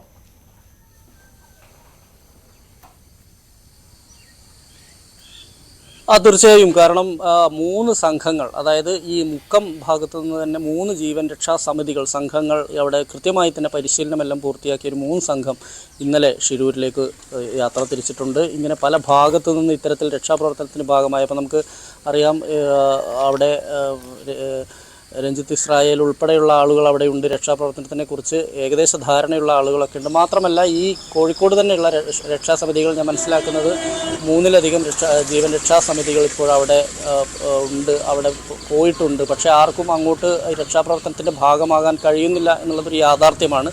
കാരണം അവിടുത്തെ സർക്കാർ സംവിധാനങ്ങൾ അതിനെ എന്തായാലും ഹൈജാക്ക് ചെയ്തുകൊണ്ട് മറ്റൊരാൾക്ക് അവിടെ പോയി രക്ഷാപ്രവർത്തനം നടത്താൻ കഴിയില്ല. ആ ഒരു സംവിധാനത്തിൽ നിന്നുകൊണ്ട് മാത്രമേ കഴിയുള്ളൂ. അതുകൊണ്ട് തന്നെ അവിടെയുള്ള സൈന്യം അതുപോലെ തന്നെ അവിടുത്തെ സർക്കാർ സംവിധാനങ്ങൾ ഉപയോഗിച്ചുകൊണ്ടുള്ള തെരച്ചിൽ മാത്രമാണ് നടത്തുന്നത്. അവർക്ക് വേണ്ടപ്പെട്ട ആളുകളെ, അതായത് ഭാര്യ, സഹോദരൻ ഉൾപ്പെടെയുള്ള ആളുകളുണ്ട്. അവർക്ക് അങ്ങനെ ആവശ്യമുള്ളവർക്ക് മാത്രമാണ് ഇതിൻ്റെ ഭാഗമായിട്ട് രക്ഷാപ്രവർത്തനത്തിന് പോകാൻ കഴിയുകയുള്ളൂ എന്നുള്ളതാണ് അതിനകത്ത്.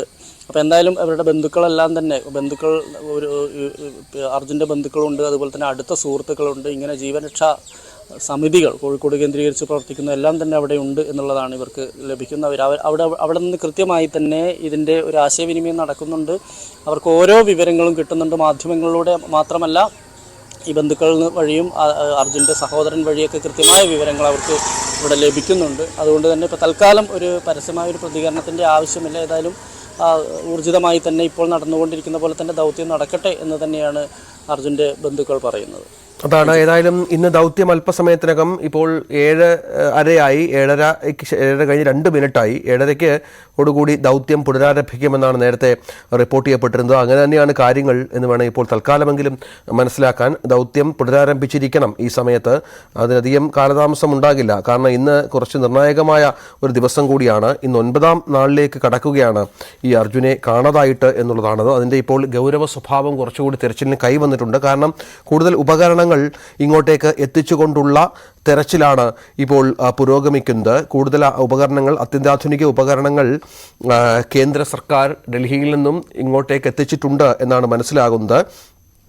അത് സഞ്ചാരദിശ, ഈ സോണാർ സിഗ്നൽ, വെള്ളത്തിനടിയിലുള്ള വസ്തുക്കളുടെ സഞ്ചാരദിശയും വേഗവും ഒക്കെ മനസ്സിലാക്കാനുള്ള സംവിധാനത്തിലൂടെ കണ്ടെത്തിയ 2 സിഗ്നലുകളും കേന്ദ്രീകരിച്ച് നാവികസേനയുടെ പരിശോധനകൾ ഉണ്ടാകും എന്നുള്ളതാണ്.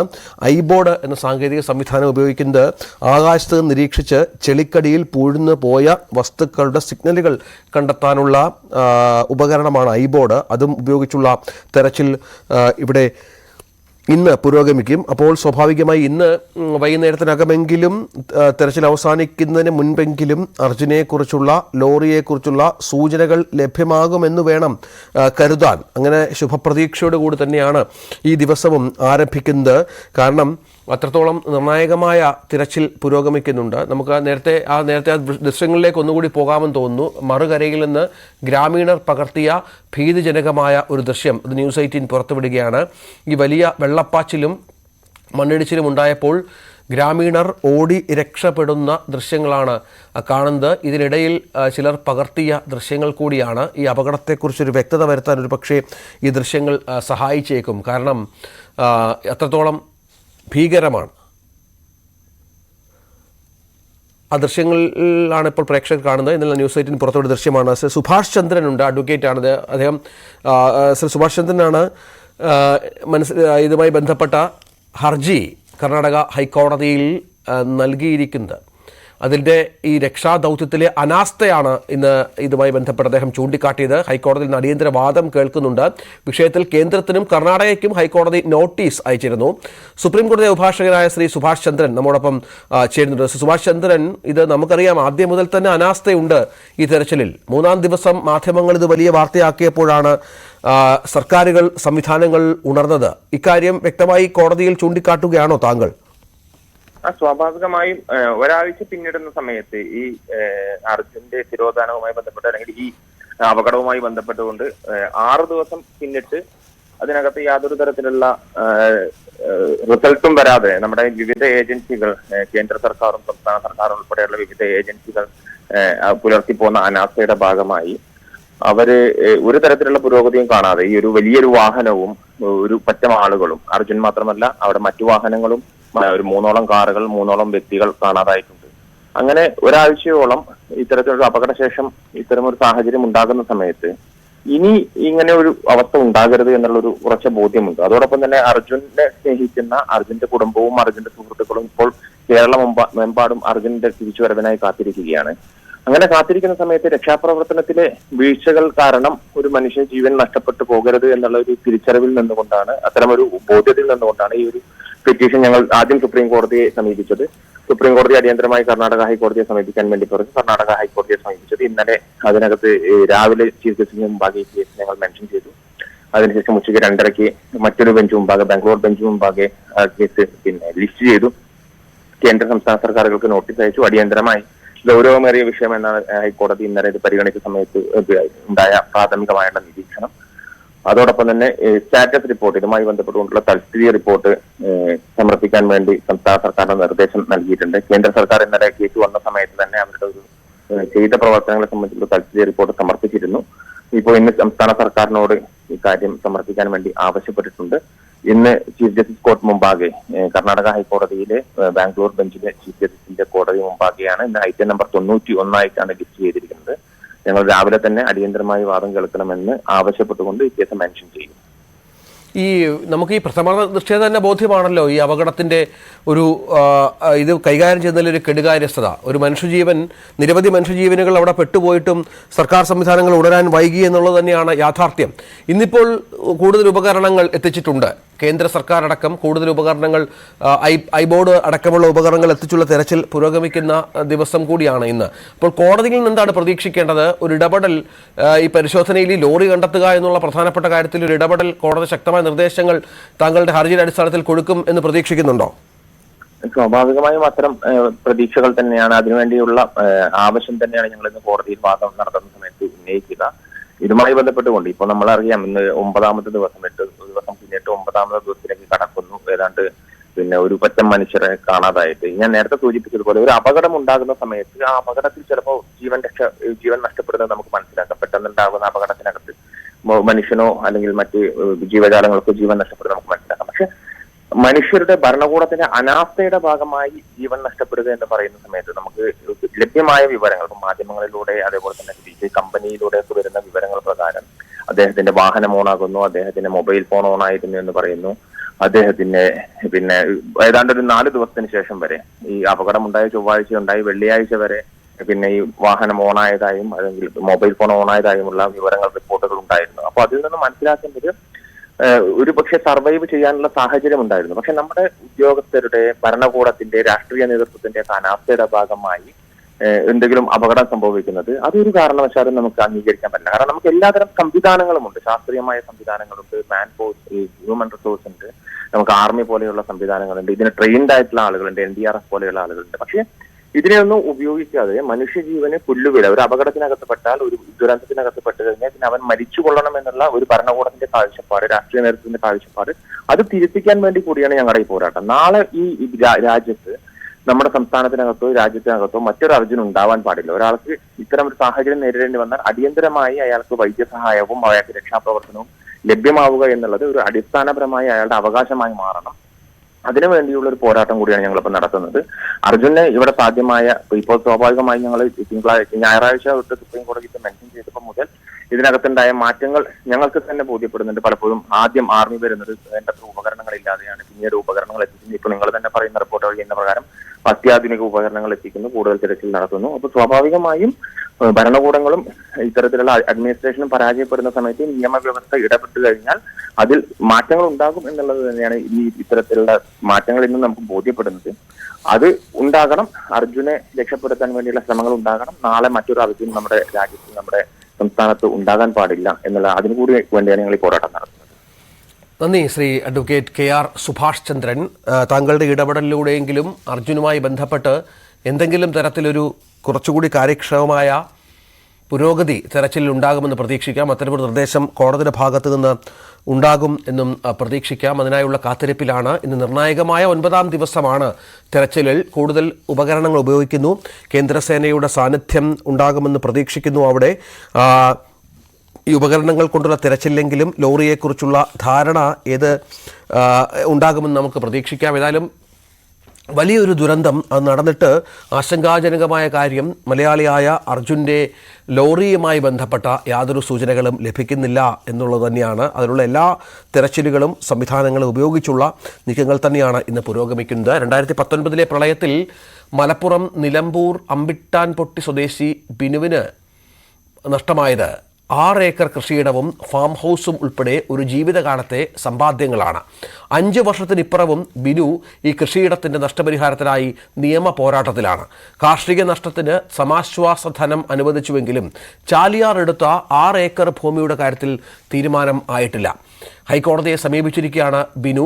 ഈ ദുരന്തത്തിൻ്റെ പശ്ചാത്തലത്തിൽ ഈ വാർത്ത ഏറെ പ്രസക്തമാണ്. കാരണം ഇത്തരം ദുരന്തത്തിന് ഇരയായവരെ നമ്മുടെ സംവിധാനങ്ങൾ എങ്ങനെയാണ് നോക്കിക്കാണുന്നത് എന്നും അവരെ എന്തുകൊണ്ട് കാര്യമായി പരിഗണിക്കുന്നില്ല എന്നതിൻ്റെയും ഉത്തമ ദൃഷ്ടാന്തമാണ് ഈ വാർത്ത. അതിലേക്ക് 2019 ഓഗസ്റ്റ് മാസം നിലമ്പൂർ മേഖലയ്ക്ക് നൽകിയത് സമാനതകളില്ലാത്ത ദുരന്തമാണ്. കവളപ്പാറയിൽ മണ്ണിടിച്ചിലിൽ 58 ജീവൻ പൊലിഞ്ഞതിനു പുറമെ ചാലിയാർ ഗതിമാറി ഒഴുകിയതോടെ നിരവധി പേരുടെ ഏക്കർ കണക്കിന് കൃഷിസ്ഥലങ്ങളാണ് ഇല്ലാതെയായത്. അന്ന് താൻ അധ്വാനിച്ച് വളർത്തിയിരുന്ന ഫലങ്ങൾ ഉൾപ്പെടെയുള്ള ഫാം ഹൗസും കൃഷിയിടവും ഉൾപ്പെടെ 6 ഏക്കർ ഭൂമി ചാലിയാറിൽ നഷ്ടമായ ഒരു കർഷകനുണ്ട്, ബിനുവിൻ്റെ ദുരിതം നമ്മൾ പലവട്ടം പ്രേക്ഷകരിലേക്ക് എത്തിച്ചതാണ്. 5 വർഷങ്ങൾക്കിപ്പുറവും ബിനു പോരാട്ടത്തിലാണ്. തനിക്ക് നഷ്ടമായ ആ കൃഷിയിടത്തിൻ്റെ നഷ്ടപരിഹാരം സർക്കാരിൽ നിന്ന് നേടിയെടുക്കാൻ എന്തായി? എന്തെങ്കിലും അനുകൂല സമീപനം സർക്കാരിൻ്റെ ഭാഗത്തുനിന്നുണ്ടായി ഇതുവരെ? സർക്കാരിൻ്റെ ഭാഗത്തുനിന്ന് ആ കൃഷിക്കുള്ള നഷ്ടപരിഹാരം കൃഷി നഷ്ടം മാത്രമേ ലഭിച്ചിട്ടുള്ളൂ. പിന്നെ ഞാൻ ഹൈക്കോടതിയിൽ ഇപ്പോൾ കേസ് ഫയൽ ചെയ്തു. എനിക്ക് എന്താണ് എൻ്റെ കൃഷിഭൂമി എനിക്ക് സംരക്ഷിക്കണം. അതിലെ മണൽ വാരിയെടുത്ത് എനിക്ക് സംരക്ഷണ ഭിത്തി കെട്ടി അതിൽ മണ്ണ് നിറയ്ക്കാൻ ഭയങ്കര ചിലവുണ്ട്. അപ്പോൾ ഞാനതിന് അതിൽ മണൽ വാരാനുള്ള അനുമതി എനിക്ക് തരണം, അത് വിൽക്കുവാനുള്ള അനുമതി എനിക്ക് തരണമെന്ന് കോടതിയിൽ കേസ് ഫയൽ ചെയ്തു.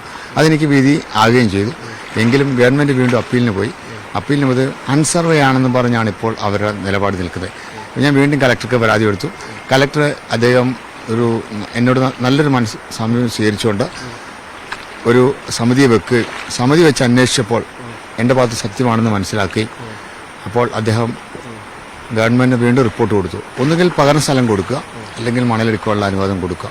ഇപ്പോൾ മേളിൽ നിന്നുള്ള ഉത്തരവെന്ന് പറഞ്ഞാൽ അത് അൺസർവേ ആയതുകൊണ്ട് ഒരു യഥാർത്ഥമായൊരു നിലപാട്. അതായത് ഈ 6 ഏക്കർ ഭൂമി ശരിക്കും എന്നാൽ പ്രളയത്തിൽ നഷ്ടമായതാണ്. അതിന് ഒരു രേഖകളിലും അതിൽ താങ്കൾക്ക് അനുകൂലമായിട്ടുള്ള നിലപാട് സർക്കാരിന്റെ ഭാഗത്ത് ഉണ്ടായിട്ടില്ല. ആകെ ലഭിച്ചത് 6 ഏക്കറിലെ കൃഷിക്കുള്ള നഷ്ടം, കൃഷി നഷ്ടം മാത്രമായിട്ട്. ഇപ്പം ഞാനെന്ന് പറഞ്ഞാൽ ആകെ ബുദ്ധിമുട്ടില്ലെന്ന് പറഞ്ഞാൽ എനിക്ക് ഏകദേശം 37 ലക്ഷം രൂപ എൻ്റെയും അമ്മയുടെയും പേരിൽ ബാങ്കിൽ കൃഷിക്ക് വേണ്ടി ലോൺ എടുത്തിട്ടുണ്ട്. അതിപ്പോൾ മുടങ്ങിക്കിടക്കുകയാണ്. ഇപ്പോൾ ബാങ്ക് നിരന്തരം വിളിച്ച് ഭീഷണിപ്പെടുത്തിയ ജപ്തി ഭീഷണിയിലാണ്. ഈ സ്ഥലത്തിന് വെച്ചിട്ടാണ് ജപ്തി ഭീഷണി. അന്ന് ഇവിടെ എന്തൊക്കെയുണ്ടായിരുന്നു? അന്ന് 6 ഏക്കറിൽ തെങ്ങുണ്ടായിരുന്നു, കമുണ്ടായിരുന്നു, ജാതി ഉണ്ടായിരുന്നു, റംബുട്ടാൻ ഉണ്ടായിരുന്നു, വാഴയുണ്ടായിരുന്നു, പിന്നെ ഒരു പശു ഫാം ഉണ്ടായിരുന്നു, കോഴി ഉണ്ടായിരുന്നു, ആടുണ്ടായിരുന്നു. ഇങ്ങനെ എന്നെ ആ വർഷം മലപ്പുറം ജില്ലയിൽ ഒരു കേര കർഷകനായി പ്രഖ്യാപിക്കുവാൻ തുടങ്ങി പിന്നെ അവാർഡ് തരാൻ നിൽക്കുമ്പോഴാണ് എത്ര ലക്ഷം രൂപയുടെ ഒരു സമ്പാദ്യം ഇപ്പോൾ എനിക്കത് ഇപ്പോൾ എനിക്കിതുണ്ടായിരുന്നെങ്കിൽ ഒരു വർഷം എല്ലാ ചെലവും 50 ലക്ഷം രൂപ വരുമാനം ഉണ്ടായിരുന്നു. ഏതായാലും 2000-ഓളം കമ്പുക ഞാൻ ഇന്ദ്രമംഗള പുതിയനം വെച്ച് അത് ഏകദേശം 36 ചൊട്ട വന്നപ്പോഴാണ് ഈ പ്രളയം എന്നെ ഇതാക്കി.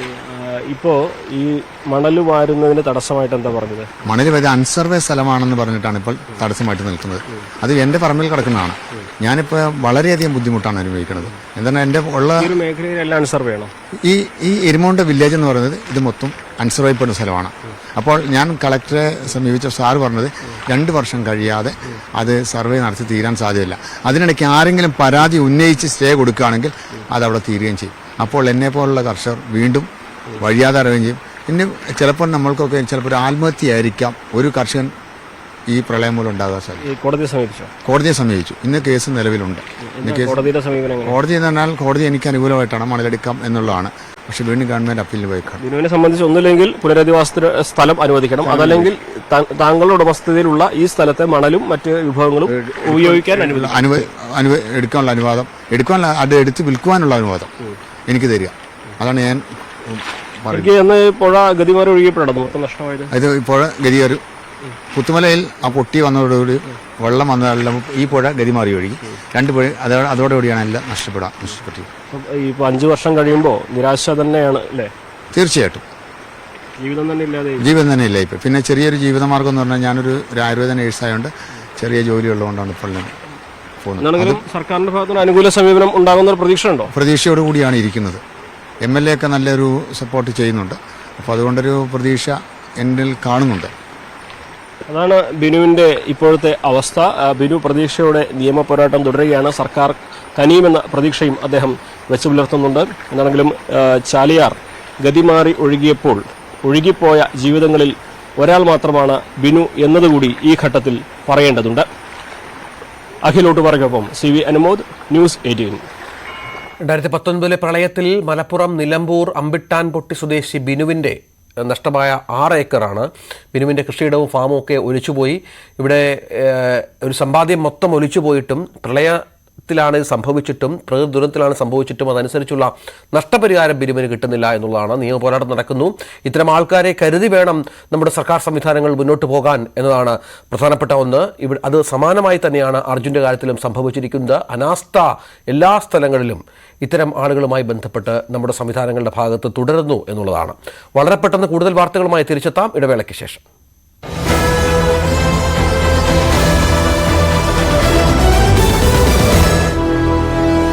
സാഹചര്യം വന്നപ്പോൾ നമ്മൾക്ക് നൽകിയിരുന്നതും AK അഷ്റഫാണ്. AK അഷ്റഫ് MLA തന്നെ ന്യൂസ് 8നോടൊപ്പം ഇപ്പോൾ ചേരുന്നു. AK വളരെ നിരാശയാണല്ലോ മുഖത്ത്, എന്താണ് ഏറ്റവും പുതിയ അപ്ഡേറ്റ്? തീർച്ചയായും ഓരോ ദിവസവും ഞാനിപ്പോൾ അന്ന് എത്തിയത് മുതൽ നമ്മൾ ഓരോ മിനിറ്റും നമ്മൾ മാധ്യമപ്രവർത്തകരും നമ്മൾ മാത്രമല്ല ലോകത്തുള്ള മുഴുവൻ മലയാളികളും നമ്മൾ അറിയുന്ന ആളുകളൊക്കെ അർജുനെ സ്വന്തം വീട്ടിലൊരു അംഗത്തെ പോലെ പ്രാർത്ഥനാപൂർവ്വം ഇങ്ങനെ കാത്തു നിൽക്കുകയാണ്. ഇപ്പോഴും നാട്ടിൽ നിന്ന് വരുന്ന ഓരോ കോളുകളും സങ്കടപ്പെടുത്തുന്നുണ്ട്. അവർക്ക് ആർക്കും അർജുൻ ആരെന്ന് പോലും അറിയില്ല. അവരൊക്കെ ചോദിക്കുന്നത് അർജുനെ കിട്ടിയോ കിട്ടൂല എന്നുള്ള രീതിയിലുള്ള ചോദ്യങ്ങൾ വരുമ്പോൾ നല്ല ടെൻഷൻ അടിപ്പിക്കുന്നുണ്ട്. അപ്പോഴൊക്കെ നമ്മൾ തുടക്കം മുതൽ 2 ദിവസക്കാലം പ്രതീക്ഷിച്ചത് ആ കുമിഞ്ഞുകൂടിയ മണ്ണ് അതൊന്ന് ആഴത്തിലുള്ള മണ്ണിന്റെ ഒരു തെരച്ചിൽ കഴിഞ്ഞാൽ തീർച്ചയായും അതിനകത്ത് നമ്മുടെ അർജുനും ആ വണ്ടിയും ഉണ്ടാകുമെന്നുള്ള പ്രതീക്ഷയിൽ തെരച്ചിൽ നടന്നു. അപ്പോഴൊക്കെ ഇവിടുത്തെ ബന്ധപ്പെട്ട റവന്യൂ ഡിപ്പാർട്ട്മെന്റ് ബന്ധപ്പെട്ട കോർഡിനേറ്റർ ചെയ്യുന്ന അരുൺ അടക്കമുള്ള ആളുകൾ അവരൊക്കെ പറഞ്ഞു ഇല്ല സർ.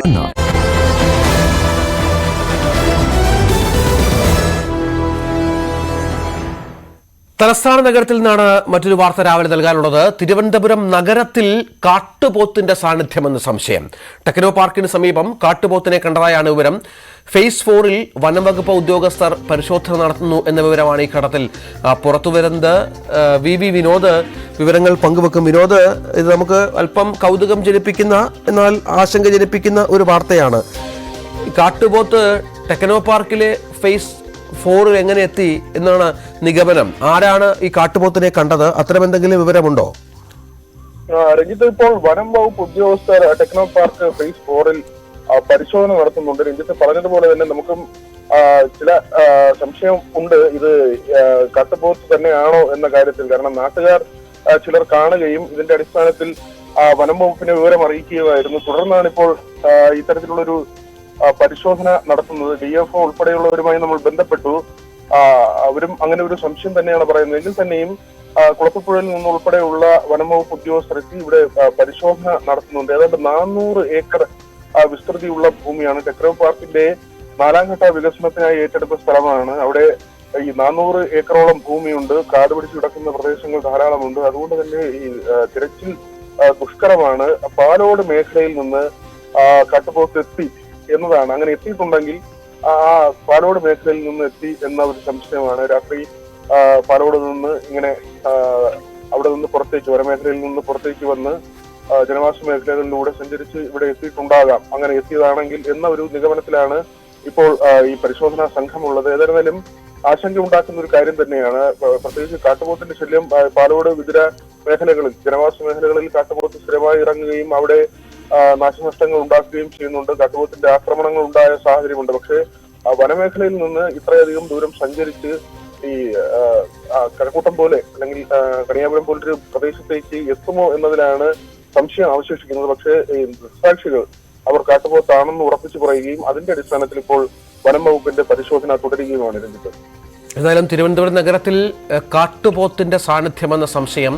ടെക്നോ പാർക്ക് ഫേസ് 4-ന് സമീപമാണ് കാട്ടുപോത്തിന്റെ സാന്നിധ്യം ചില ആളുകൾ കണ്ടത് എന്നാണ് മനസ്സിലാക്കുന്നത്. വനംവകുപ്പ് ഉദ്യോഗസ്ഥരെ വിവരം അറിയിച്ചു. അവർ അവിടെ എത്തി ഇപ്പോൾ തെരച്ചിൽ തുടരുന്നുണ്ട് എന്നുള്ളതാണ് നമുക്ക് ലഭിക്കുന്ന വിവരം. ഈ മേഖലയുടെ ഒരു പ്രത്യേകത എന്താണ്? അവിടെ ഈ നിർമ്മാണ പ്രവർത്തനങ്ങളൊക്കെ ഒരുപാട് നടക്കുന്നുണ്ടല്ലോ വിനോദ്. ഒപ്പം ഈ രാത്രി സമയത്തൊക്കെ വലിയ ആളുകളുടെ സാന്നിധ്യമൊന്നും ഉണ്ടാകാനുള്ള സാഹചര്യമില്ല. അപ്പോൾ അങ്ങനെ ശരി, VV വിനോദാണ് വിവരങ്ങൾ പങ്കുവെച്ചുകൊണ്ടിരുന്നത്. ഏതായാലും അന്വേഷണം ആ തരത്തിൽ പുരോഗമിക്കുന്നു. വനംവകുപ്പിന്റെ സാന്നിധ്യം അവിടെയുണ്ട്.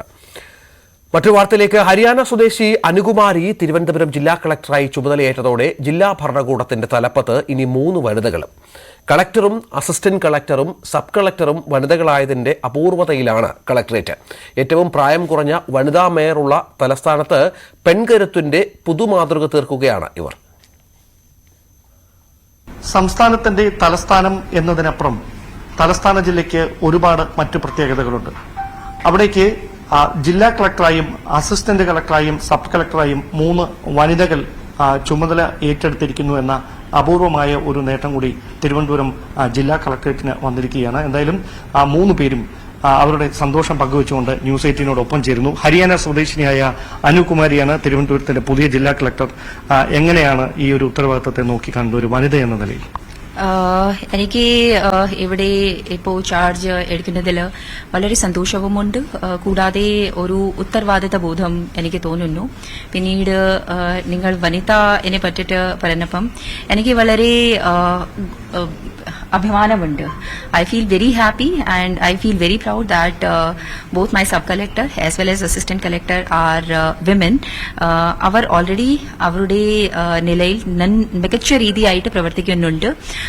ഞാനും ഇപ്പോൾ ജില്ലാ കളക്ടർ നിലയിൽ മികച്ച രീതിയായിട്ട് പ്രവർത്തിക്കാൻ ഞാൻ അത് ഉദ്ദേശിക്കുന്നു. I want to make efforts for that. നമുക്ക് നമ്മുടെ സംസ്ഥാനത്തിൽ, കേരള സംസ്ഥാനത്തിൽ എപ്പോഴും വനിതകൾ ഒരുപാട് മികച്ച രീതിയായ കാര്യങ്ങളൊക്കെ ചെയ്യാറുണ്ട്. കേരള മാത്രമാണ് ഒരു സംസ്ഥാനം where women sex ratio is more favourable as compare to men.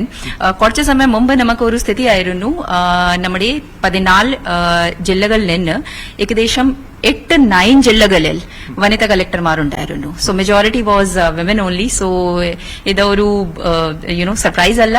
നമുക്ക് ഒരുപാട് കോമ്പിറ്റന്റ് ആയ വനിതാ ഓഫീസർമാർ ഉണ്ട്. ഒരു പ്രധാനപ്പെട്ട കാര്യം, ഈ നഗരം നേരിടുന്ന ഏറ്റവും വലിയൊരു പ്രശ്നമാണ് മാലിന്യ പ്രശ്നം. അപ്പം അത് കഴിഞ്ഞ ഇടയ്ക്ക് ചില വിവാദങ്ങളിലേക്കൊക്കെ നയിച്ചതും അതാണ്. ഒരാളുടെ ജീവൻ വരെ നഷ്ടപ്പെടുന്ന സാഹചര്യം. അവിടെ ഏത് തരത്തിൽ ഒരു ഇടപെടൽ നടത്താൻ കഴിയുമെന്നാണ് പ്രതീക്ഷിക്കുന്നത്? അതൊരു വലിയ അൺഫോർച്ചുനേറ്റ് സംഭവം ഉണ്ടായിരുന്നു. പക്ഷേ എനിക്ക് പറയാനുള്ളതാണ്, എന്റെ ഭാഗത്തുള്ള എല്ലാ നടപടികൾ നമ്മൾ ഫുള്ളി സിൻസിയറായിട്ട് നമ്മൾ എടുക്കാം. പക്ഷേ ഞാനിപ്പോൾ ചാർജ് എടുക്കുന്നേ ഉള്ളൂ. അതുകൊണ്ട് ഇതൊക്കെ പഠിച്ചിട്ട് മനസ്സിലാക്കിയിട്ട് വരാൻ എനിക്ക് കുറച്ച് സമയം എടുക്കും. അതിനുശേഷം നമ്മുടെ ഭാഗത്തുള്ള എല്ലാ ശ്രമങ്ങൾ നമ്മൾ നല്ല രീതിയായിട്ട് നടത്താം എന്ന് ഞാൻ. ഇത് അസിസ്റ്റന്റ് കളക്ടർ അശ്വതി സാക്ഷി Mohan. Okay, Sakshi, you belongs to which place? I am from Lucknow, Uttar Pradesh. Lucknow. How is Kerala? Kerala is good. Like, I'm really enjoying this place, and it's a very beautiful place, as it's known as God's own country. And so I am the assistant collector under training. So it is a great opportunity to learn from 2 great women officers. It's a different thing. There are 3 women in a key post for the development of this district. How you look at this? So in the government, everyone is talking about women empowerment. So this is a live example of it, and it's a great opportunity for me working with both Ashwati ma'am and Anu ma'am. Okay. ജില്ലാ development കൌൺസിലിന്റെ ചുമതലയും അതോടൊപ്പം sub കളക്ടറുടെ ചുമതലയും ഉള്ളത് doctor Sakshi Ashwathi ശ്രീനിവാസാണ്. Okay, Ashwathi belongs to Kottayam.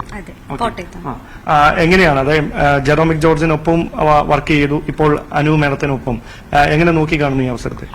Anu മാഡത്തിനൊപ്പം ഞാൻ മുന്നേയും വർക്ക് ചെയ്തിട്ടുണ്ട്. Madam Trivandrum district development commissioner ആയിരുന്നപ്പോഴാണ് ഞാൻ സബ് കളക്ടറായിട്ട് ജോയിൻ ചെയ്തത്. So this is my second chance under madam. So look, അന്ന് തന്നെ അത് മുന്നേ ഉണ്ടായിരുന്ന എക്സ്പീരിയൻസ് തന്നെ വളരെ നല്ലൊരു എക്സ്പീരിയൻസ് ആയിരുന്നു. ഒരുപാട് പഠിക്കാൻ പറ്റി. എന്റെ ഇനീഷ്യൽ സബ് കളക്ടർഷിപ്പ് ഡേയ്സിൽ മാഡമാണ് എന്നെ ഒരുപാട് ഗൈഡ് ചെയ്തത്. So I am looking forward to the same in this stint also. ഒരാള് ലക്നൌവിൽ നിന്ന്, മറ്റൊരാൾ ഹനിയാരയിൽ നിന്ന്. അപ്പൊ ഇവരെ വഴികാട്ടാൻ മലയാളിയായിട്ട് നിങ്ങൾ മുമ്പിൽ കാണും. ഡെഫിനറ്റ്ലി അവരെന്നെയും വഴികാട്ടും, ഞാൻ അവരെയും വഴികാട്ടുന്നതായിരിക്കും. അപ്പം എല്ലാ ആശംസകളും, നല്ല ഭരണം കാഴ്ചവെക്കാൻ എല്ലാവർക്കും കഴിയട്ടെ. ക്യാമറമാൻ അരുൺ പാലോടിനൊപ്പം ഡാൻ കുര്യൻ, ന്യൂസ് 18. തിരുവനന്തപുരത്തിന്റെ തലസ്ഥാനത്തിന്റെ ഭരണസാരഥ്യം ഏറ്റെടുത്തിരിക്കുന്ന 3 പ്രധാനപ്പെട്ട വനിതകൾക്കൊപ്പമാണ് ഡാൻ കുര്യൻ ചേർന്നത്. നമുക്ക് മറ്റു വാർത്തകളുമായി തിരിച്ചെത്താം ഇടവേളയ്ക്ക് ശേഷം.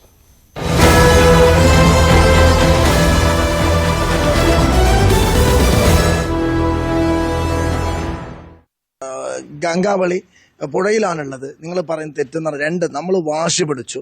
കോഴിക്കോട് എം കെ രാഘവേട്ടൻ എത്തി. Kerala government, Karnataka government, KC Venugopal അടക്കമുള്ള ആളുകളൊക്കെ ഇടപെട്ടു. നല്ല തെരച്ചിൽ അവിടെ നടന്നു. അത് സമ്പൂർണ്ണമായി തീരുമ്പോൾ അതിനിടയിൽ പോലും റഡാർ കൊണ്ടുവന്ന് 2 പ്രാവശ്യം സിഗ്നൽ കിട്ടിയപ്പോൾ ഞാൻ അതിന്റെ അകത്താണ്.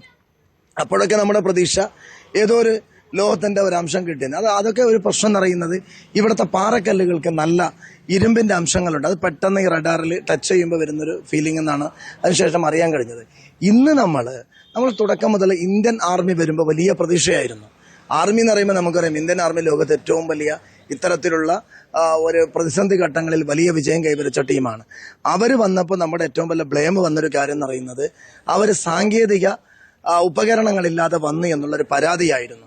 ഞാൻ ഇന്ന് രാവിലെ അതിൻ്റെ അകത്തേക്ക് പോയപ്പോൾ കേരളത്തിലെ 2 MLA വന്നിരുന്നു. അവരെ വന്നപ്പോൾ ഞങ്ങൾ ഒന്നിച്ചു പോയപ്പോൾ അതിൻ്റെ തലപ്പത്തുള്ള ആളുകൾ പറഞ്ഞു ഇന്ന് എല്ലാ ടെക്നോളജി ഞങ്ങൾ ഉപയോഗിച്ചിട്ടുണ്ട്. ഡ്രോൺ ഉപയോഗിച്ച് അവരുടെ കടൽ പിന്നെ ഈ നമ്മളെ ആ ഒരു പുഴയിലുള്ള മുഴുവൻ സംവിധാനങ്ങളും എടുക്കാൻ വേണ്ടി ഒപ്പെടുക്കാനുള്ള റഡാർ ഉപയോഗിച്ച് അവർ പരിശോധന നടത്തുന്നുണ്ട്. ഒരു ഭാഗത്ത് നേവി നല്ല തെരച്ചിൽ നടത്തുന്നുണ്ട്. ഇന്നിപ്പോൾ ഞാൻ ഇവിടുത്തെ സതീഷ് MLA വെയിറ്റ് ചെയ്യുന്നത് അദ്ദേഹം രാവിലെ മുതൽ ബൂം നിറയുന്ന 60 മീറ്റർ ദൈർഘ്യമുള്ള പുഴയിൽ നിന്ന് മണ്ണ് മാന്താൻ കഴിയുന്ന ഒരു അപൂർവമായ ഒരു യന്ത്രം അത് നേരത്തെ വിട്ടു. ഓരോ പ്രദേശത്തും അതിനെ കൊണ്ടുവരാൻ കഴിയുന്നില്ല. 2 അണ്ടർപാസിൽ അത് പ്രയാസപ്പെട്ടു. SP അടക്കമുള്ള ഉന്നത റാങ്കിലുള്ള ഉദ്യോഗസ്ഥന്മാരുമായി ഇവിടുത്തെ MLA ആശയവിനിമയം നടത്തുന്നുണ്ട്. ഇന്നത്തെ ഈ ടെക്നോളജിയുടെ ഒരു തെരച്ചിലായിരുന്നു നമ്മുടെയൊക്കെ ഒരു പ്രതീക്ഷ. ഇപ്പോഴും ഞാൻ നിങ്ങളുടെ മുമ്പിലേക്ക് എത്തുന്നതിന് 10 മിനിറ്റ് മുമ്പ് ആ ആർമിയിലെ പ്രധാനപ്പെട്ട ഒരാളുമായി സംസാരിക്കുമ്പോഴും അദ്ദേഹം പറഞ്ഞത് ഇതുവരെ ഒരു സിഗ്നലും നമുക്ക് ലഭിച്ചിട്ടില്ല എന്നാണ്. ഇന്നൊരു ആ ബൂം നിറയുന്ന ഒരു യന്ത്രം കൂടി എത്തി അതൊരു പരിശോധന മാത്രമേ നമ്മുടെ മുമ്പിൽ വഴിയുള്ളൂ. ഇവരൊക്കെ പറയുന്നത് നമ്മളെ സംബന്ധിച്ചിടത്തോളം നമുക്ക് നമ്മുടെ യുക്തിക്ക് നിരക്കാത്ത ചോദ്യങ്ങൾ ഇപ്പോഴും അവശേഷിക്കുന്നുണ്ട്. ഒന്ന്, അർജുൻ ഏതെങ്കിലും ഒരു കാറിലല്ല, ഒരു വലിയ ഭാരത് ബെൻസ് എന്ന് പറഞ്ഞൊരു ലോറിയാണ്.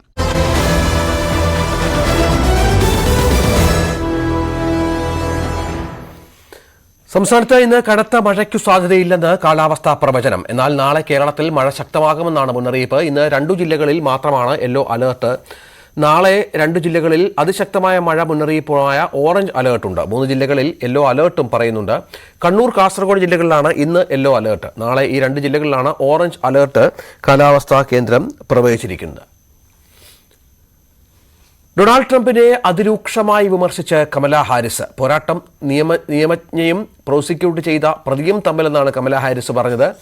താൻ പ്രോസിക്യൂട്ട് ചെയ്ത വഞ്ചകരെ പോലെയാണ് ട്രംപെന്ന് കമലാ ഹാരിസ് പറഞ്ഞു. സ്ഥാനാർത്ഥിത്വം ഉറപ്പായതോടെ യുദ്ധഭൂമിയായ വിസ്കൗൺസിലിൽ നടത്തിയ ആദ്യ റാലിയിലാണ് കമലാ ട്രംപിനെ വിമർശിച്ചത്.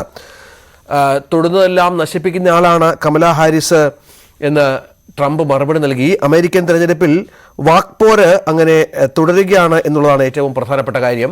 നിലവിലെ പ്രസിഡന്റ് ജോ ബൈഡൻ പിന്മാറിയതിനെ തുടർന്നാണ് ഡെമോക്രാറ്റിക് സ്ഥാനാർത്ഥിയായി ഇന്ത്യൻ വംശജയായ കമലാ ഹാരിസ് മുന്നോട്ട് വന്നത്. അതേസമയം നാളെ ജോ ബൈഡൻ രാഷ്ട്രത്തെ അഭിസംബോധന ചെയ്യും. പ്രസിഡന്റ് തെരഞ്ഞെടുപ്പിൽ നിന്ന് പിന്മാറിയതിന് ശേഷമുള്ള ബൈഡന്റെ ആദ്യത്തെ അഭിസംബോധനയാകും ഇത്. നീറ്റ് UGC കൗൺസിലിംഗ് തീയതി ഉടൻ പ്രഖ്യാപിക്കും. പുനഃപരീക്ഷ വേണ്ടെന്ന് സുപ്രീം കോടതി ഉത്തരവിട്ട സാഹചര്യത്തിലാണ് NTA നടപടി. പുതുക്കിയ മാർക്ക് ലിസ്റ്റും NTA ഉടൻ പ്രസിദ്ധീകരിക്കും. പാർട്ടിയിൽ നിന്ന് പുറത്താക്കാൻ കുത്തിത്തിരിപ്പ് നടക്കുന്നുണ്ടെന്ന് കെ മുരളീധരൻ. പാർട്ടി പറഞ്ഞതെല്ലാം അനുസരിച്ചതിന് നഷ്ടം തനിക്ക് മാത്രമാണെന്ന് കെ മുരളീധരൻ ന്യൂസ് 18 പറഞ്ഞു. പാർട്ടിക്ക് ഒരു നഷ്ടവും ഉണ്ടായിട്ടില്ല. കോൺഗ്രസ് നേതാക്കൾ 20-ൽ 18 സീറ്റും നേടിയ ആഘോഷത്തിലാണെന്നും മുരളീധരൻ വൈകാരികമായി പ്രതികരിച്ചു. ഫൈറ്റിംഗ് സ്പിരിറ്റ് ഇപ്പോഴുമുണ്ടെങ്കിലും പിന്തുണ നൽകാൻ പാർട്ടിക്ക് കഴിയുന്നില്ലെങ്കിലും news 18 senior editor Manjush Gopal നൽകിയ അഭിമുഖത്തിൽ കെ മുരളീധരൻ പറഞ്ഞു. പാർട്ടി യോഗങ്ങളിൽ പങ്കെടുപ്പിക്കാൻ ശ്രമം തുടരുന്നതിനിടയിലാണ് ഒത്തുതീർപ്പിന് വഴങ്ങാതെയുള്ള മുരളീധരന്റെ പ്രതികരണം. അപ്പോൾ ഇത് വിശാലമായി തന്നെ ചർച്ച ചെയ്യേണ്ടതാണ്. പാർട്ടിയിൽ ഇതുവരെ അത്തരമൊരു വിശാലമായ ചർച്ച നടന്നിട്ടില്ല എന്നാണ്. താങ്കൾ വിട്ടുനിന്നതുകൊണ്ട് വയനാട് ക്യാമ്പിലും ഇക്കാര്യം ചർച്ച ചെയ്തിട്ടില്ല. താങ്കൾ പറഞ്ഞു വരുമ്പോൾ ഒരു കാര്യം കൂടിയുണ്ട്. കെ കരുണാകരന്റെ മക്കൾക്കുള്ള ആ മതേതര മുഖം നഷ്ടമാവുകയാണോ? അങ്ങനെയാണെങ്കിൽ തൃശ്ശൂരിൽ ഇതിനെല്ലാം മറികടന്നുകൊണ്ട് താങ്കൾക്ക് മുന്നോട്ട് വരാൻ കഴിയുമായിരുന്നു. ഈ പറയുന്ന ധീവര സമുദായത്തിന്റെ സപ്പോർട്ട് നേടിയെടുക്കാൻ കഴിയുമായിരുന്നു. ക്രിസ്ത്യൻ വിഭാഗത്തിന്റെ പറ്റുമായിരുന്നു, AP വിഭാഗത്തിന്റെ പറ്റുമായിരുന്നു. കാരണം അങ്ങനെ ഒരു മതേതര മുഖമുള്ളയാളാണ് കെ മുരളീധരൻ, അല്ലെ? അത് തകർന്നു എന്ന് പറയുമ്പോൾ താങ്കളെ ഇനി ഏത് സ്ഥലത്ത് കൊണ്ടുപോയി അവതരിപ്പിക്കാം എന്നുള്ള ആ ഒരു ഇമേജ്, പാർട്ടിക്കുള്ള ഒരു വിശ്വാസം നഷ്ടപ്പെട്ടു എന്ന് കൂടിയല്ലേ? അതല്ല ഞാൻ പറഞ്ഞല്ലോ, കെ കരുണാകരൻ്റെ ഒരു സെക്യുലർ ഫേസ് ഇപ്പോഴും നഷ്ടപ്പെട്ടിട്ടൊന്നുമില്ല. പക്ഷേ തൃശ്ശൂരിൽ ഇതൊന്നും പ്രവർത്തിക്കാനുള്ള സമയം കിട്ടി. നേരെ മറിച്ച് നേരത്തെ ഇങ്ങനെ ഒരു ഐഡിയ അറിഞ്ഞിരുന്നെങ്കിൽ നമുക്കതനുസരിച്ചൊരു വർക്ക് അവിടെ ബിൽഡപ്പ് ചെയ്യായിരുന്നു. അതിന് സമയം കിട്ടിയില്ല. ചെല്ലുന്നു, സ്ഥാനാർത്ഥിയാവുന്നു, 10-42 ദിവസം കൊണ്ട് ഇലക്ഷൻ നടക്കുന്നു. ഇവിടെ ഒരു കാര്യം മനസ്സിലാക്കേണ്ട, ശശി തരൂർ സിറ്റിംഗ് മെമ്പറാണ്, അദ്ദേഹത്തിൻ്റെ പ്രവർത്തനം ഉണ്ടായിരുന്നു. ഒരു കാര്യം ശ്രദ്ധിച്ച് കാണാം, ആലത്തൂർ ഒഴികെ എല്ലാ സീറ്റിലും സിറ്റിംഗ് മെമ്പർമാർ നല്ല ഭൂരിപക്ഷത്തിൽ ജയിച്ചു. പക്ഷേ സെക്യുലർ ഫേസ് ഒരിക്കലും കെ മുരളീധരന് നഷ്ടപ്പെടില്ല. പക്ഷേ എല്ലായിടത്തും പോയിട്ട് നിൽക്കേണ്ട പ്രശ്നം ഇനി ഉദിക്കുന്നില്ല. ഞാനൊരു കാര്യം വ്യക്തമായി പറഞ്ഞു കഴിഞ്ഞു. 100% എനിക്കൊരു കോൺഫിഡൻസ് ഉള്ള സ്ഥലത്ത് മാത്രമേ ഞാൻ മത്സരിക്കാൻ ആഗ്രഹിക്കൂ. ഇപ്പോൾ അങ്ങനത്തെ ചിന്താഗതിയിലേക്ക് എത്തിയിട്ടില്ല. പക്ഷെ പാർട്ടി പറഞ്ഞാൽ എന്തും അനുസരിക്കേണ്ടി വരും. ഇനി അങ്ങനെ അനുസരിക്കില്ല. കാരണം ഇനി അങ്ങനെ അനുസരിച്ചുകൊണ്ടുണ്ടായ തിക്താനുഭവം എൻ്റെ മുമ്പിലുണ്ട്. ഇപ്പോൾ നേമത്ത് ഞാൻ മത്സരിച്ചതുകൊണ്ട് ഞാൻ BJPയുടെ ശത്രുവായി എന്നല്ലാതെ. പക്ഷെ അന്നൊരു കാര്യമുണ്ടായി, അവരുടെ അക്കൗണ്ട് പൂട്ടിക്കാൻ കഴിഞ്ഞു. പക്ഷെ BJPയുടെ ശത്രുവായതുകൊണ്ട് എന്താണ് കുഴപ്പം? BJPയുടെ ശത്രുവായതുകൊണ്ട് കുഴപ്പമില്ല. അതനുസരിച്ചൊരു മൈനോറിറ്റി സപ്പോർട്ട് നേമത്ത് കിട്ടിയില്ല. അത് കിട്ടിയിരുന്നെങ്കിൽ ഇത് കവർ ചെയ്യുന്നു. ഒരു ഉദാഹരണം പറഞ്ഞാൽ, ശശി തരൂരിന് കിട്ടിയ മൈനോറിറ്റി വോട്ട് നേമത്ത് എനിക്ക് കിട്ടിയിരുന്നെങ്കിൽ അന്ന് ഞാൻ ഈ 19,000 വോട്ടാണ് ഞാനും ശിവൻകുട്ടിയായിട്ടുള്ള ഡിഫറൻസ്, അത് ഞാൻ കവർ ചെയ്തു. പക്ഷെ അതാണ് ഞാൻ പറഞ്ഞത്, ഈ മതേതര മുഖം താങ്കൾക്ക് നഷ്ടമായിട്ടുണ്ടോ എന്ന്. അതിലൊരു കാര്യം പറയാം. താങ്കൾ നേരത്തെ പറഞ്ഞതുപോലെ ഈ പത്മജ ഫാക്ടർ, കെ കരുണാകരൻ്റെ മകൾ BJPയിലേക്ക് പോയെങ്കിൽ മകൻ എന്തുകൊണ്ട് പോയിക്കൂടാ, അങ്ങനെ സംഭവിച്ചുകൂടാ എന്നുള്ളൊരു ചിന്ത മലയാളികളുടെ മനസ്സിലിടം. അതായത് നമുക്ക് ഈ ഹൃദയം തുറന്നു കാണിച്ചാലും ചെമ്പരത്തി പൂവാണെന്ന് സംശയിക്കുന്ന ചിലരുണ്ട്. അതിൻ്റെ ഒരു ദോഷമാണ്. എൻ്റെ നിലപാടൊരു മാറ്റമില്ല. ഞാൻ കോൺഗ്രസ് പാർട്ടിയുടെ സെക്യുലർ കാഴ്ചപ്പാടിൽ വിശ്വസിക്കുന്ന ആളാണ്. കെ കരുണാകരൻ്റെ സെക്യുലർ കാഴ്ചപ്പാടിൽ വിശ്വസിക്കുന്ന ഒരാളാണ്. ഞാനതാണ് പറഞ്ഞത്, പാർട്ടിയിൽ നിന്ന് ഇനി ഏതെങ്കിലും കുത്തിത്തിരിപ്പിൻ്റെ പേരിൽ എന്നെ പുറത്താക്കിയാൽ പോലും ഞാൻ BJPയിലേക്കോ മറ്റേതെങ്കിലും പാർട്ടിയിലേക്കോ പോവില്ല. ഞാനൊരു പൊളിറ്റിക്കൽ റിട്ടയർമെൻറ്റ് നടത്തി വീട്ടിലിരിക്കും. അത് ഞാൻ പറയട്ടെ, അതായത് എന്തുകൊണ്ടാണ് താങ്കൾക്ക് അങ്ങനെ തോന്നുന്നത്? എന്നെക്കെതിരായിട്ട് ഒരു കുത്തിത്തിരിപ്പ് വർക്ക് ചെയ്യുന്നുണ്ട്. അതിൻ്റെ ഒരു ഉദാഹരണമാണ് ക്യാമ്പിൽ ഇല്ലാത്ത ചർച്ച നടന്നു എന്നുള്ള വാർത്ത വന്നത്. അത് ക്യാമ്പിൽ നിന്ന് തന്നെയാണ് അല്ലേ? അതെ, ക്യാമ്പിൽ അങ്ങനെ സംഭവം ഉണ്ടായിട്ടില്ല. ഈ TN പ്രതാപനോ ഷാനിമോളോ ഇങ്ങനെ പരാതി അവിടെ പറഞ്ഞിട്ടില്ല. അവർ രണ്ടുപേരും എന്നെ ഫോണിൽ വിളിച്ചു. പ്രത്യേകിച്ച് ഷാനിമോളൊക്കെ ഒരിക്കലും എന്നെ അവർ വിമർശിക്കില്ല. കാരണം കഴിഞ്ഞ 2019 ഞങ്ങളൊക്കെ ജയിച്ചു.